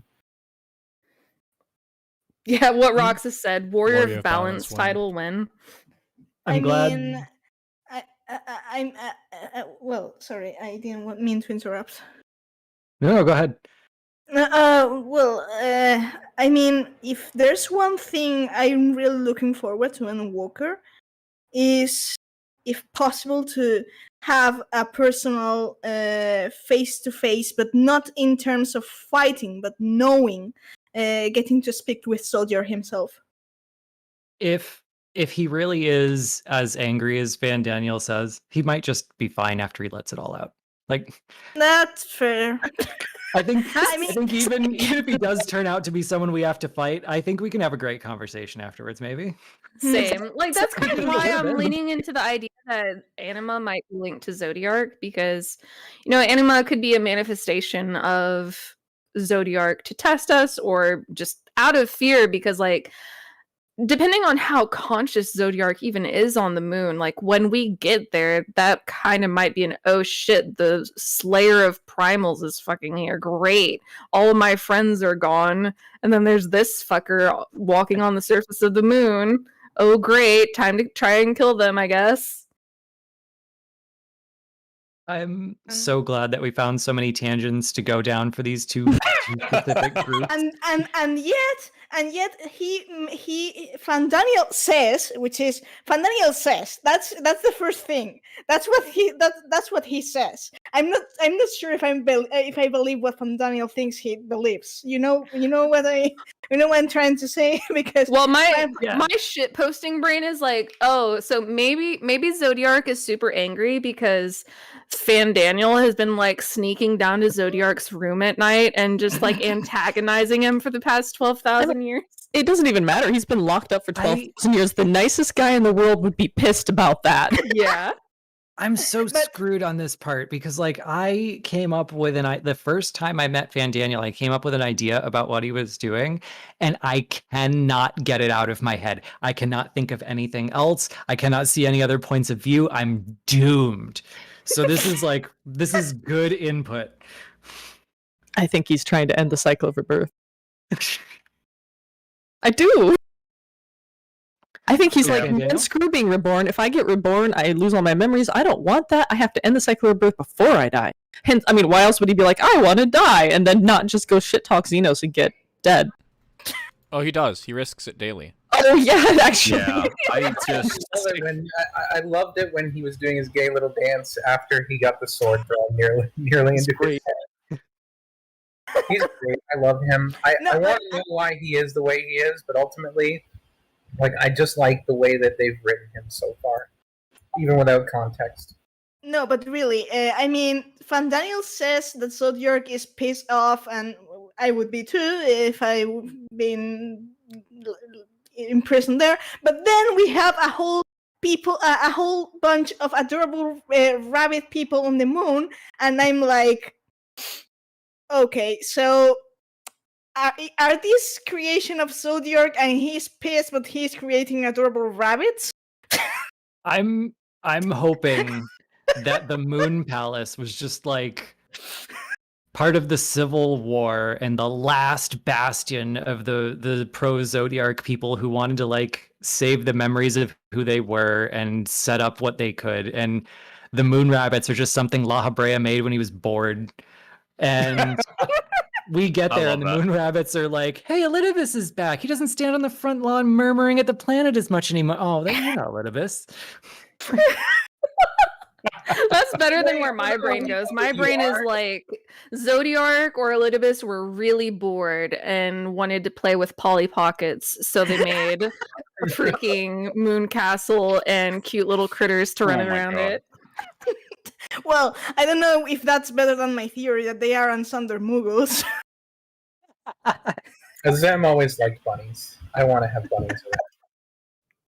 I hope that since I'm changing to Bunny Boy in Endwalker, I'm kind of hoping that there's going to be some kind of special dialogue if you're a Vera when you talk to the lovers. Oh, please. It'll be just as good as the Exarch mammetry.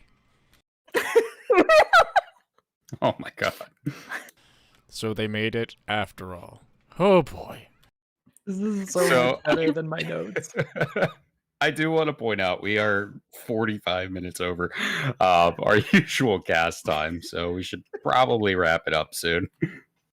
Okay, Can I give one shout out to one last Path of the Please. 12? Yes, member? absolutely, absolutely. Cool. Okay. No, I've loved these tangents. I've loved the debate and the possibilities and the laughter and everything like that, because my list has members of Path of the 12, and it's like Godfrey and Fanana and Nonoru and Sasha Juan and Nenakani and Serenalane, and I'm betting not one of you knows who one of those people are.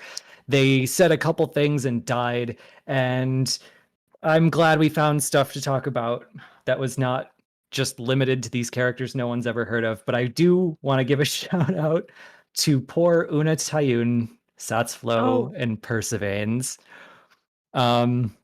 These were 3 members of the original Path of the 12. They were actually like established by the time we got there and looked down on us a little bit. We were new. We didn't know what we were doing. They had it under control. They've been working there for a while. And the calamity hit, and all of the Path of the 12 vanished.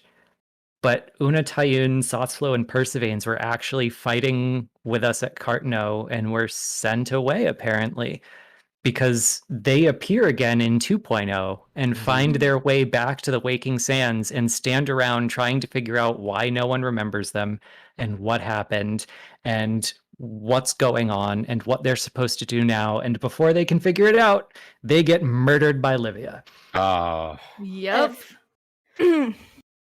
But at least Hoary Boulder Ow. lived. So if we were going to have a show on the Path of the 12 and the Circle of Knowing, I had to give a shout out to our 3 poor friends who were ruthless and died. Who it really didn't work out for. F in the chat for them. Done.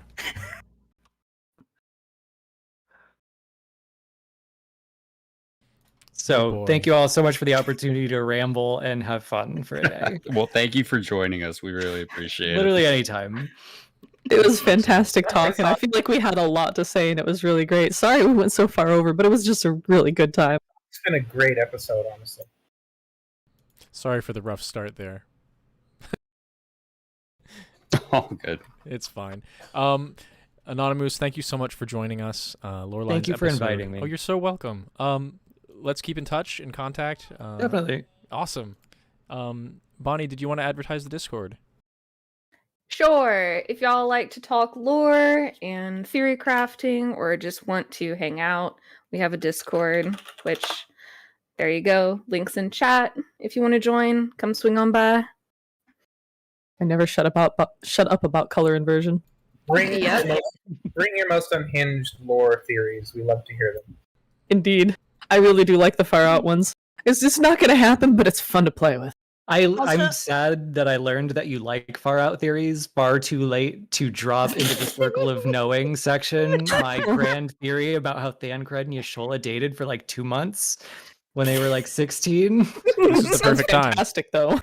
Oh, you found the right server to throw your theories then. It really didn't work out. At the risk of overloading myself or not, maybe with more work, I have open commissions. So You have a terrible cough. All If of you our like lovely Meowth's art was art, done by she's- Shadow Meow. She will do the work if you get in touch and do the thing. Well, I guess we'll close it out there. Thanks again for coming to Lorelines episode 30. I don't know, Bonnie, are we gonna raid? Yeah. Let me find someone to raid. Excellent. All right. Thank you all for coming. We'll talk to you next time. Take care, everyone. Thank you, everybody. Thanks for coming out.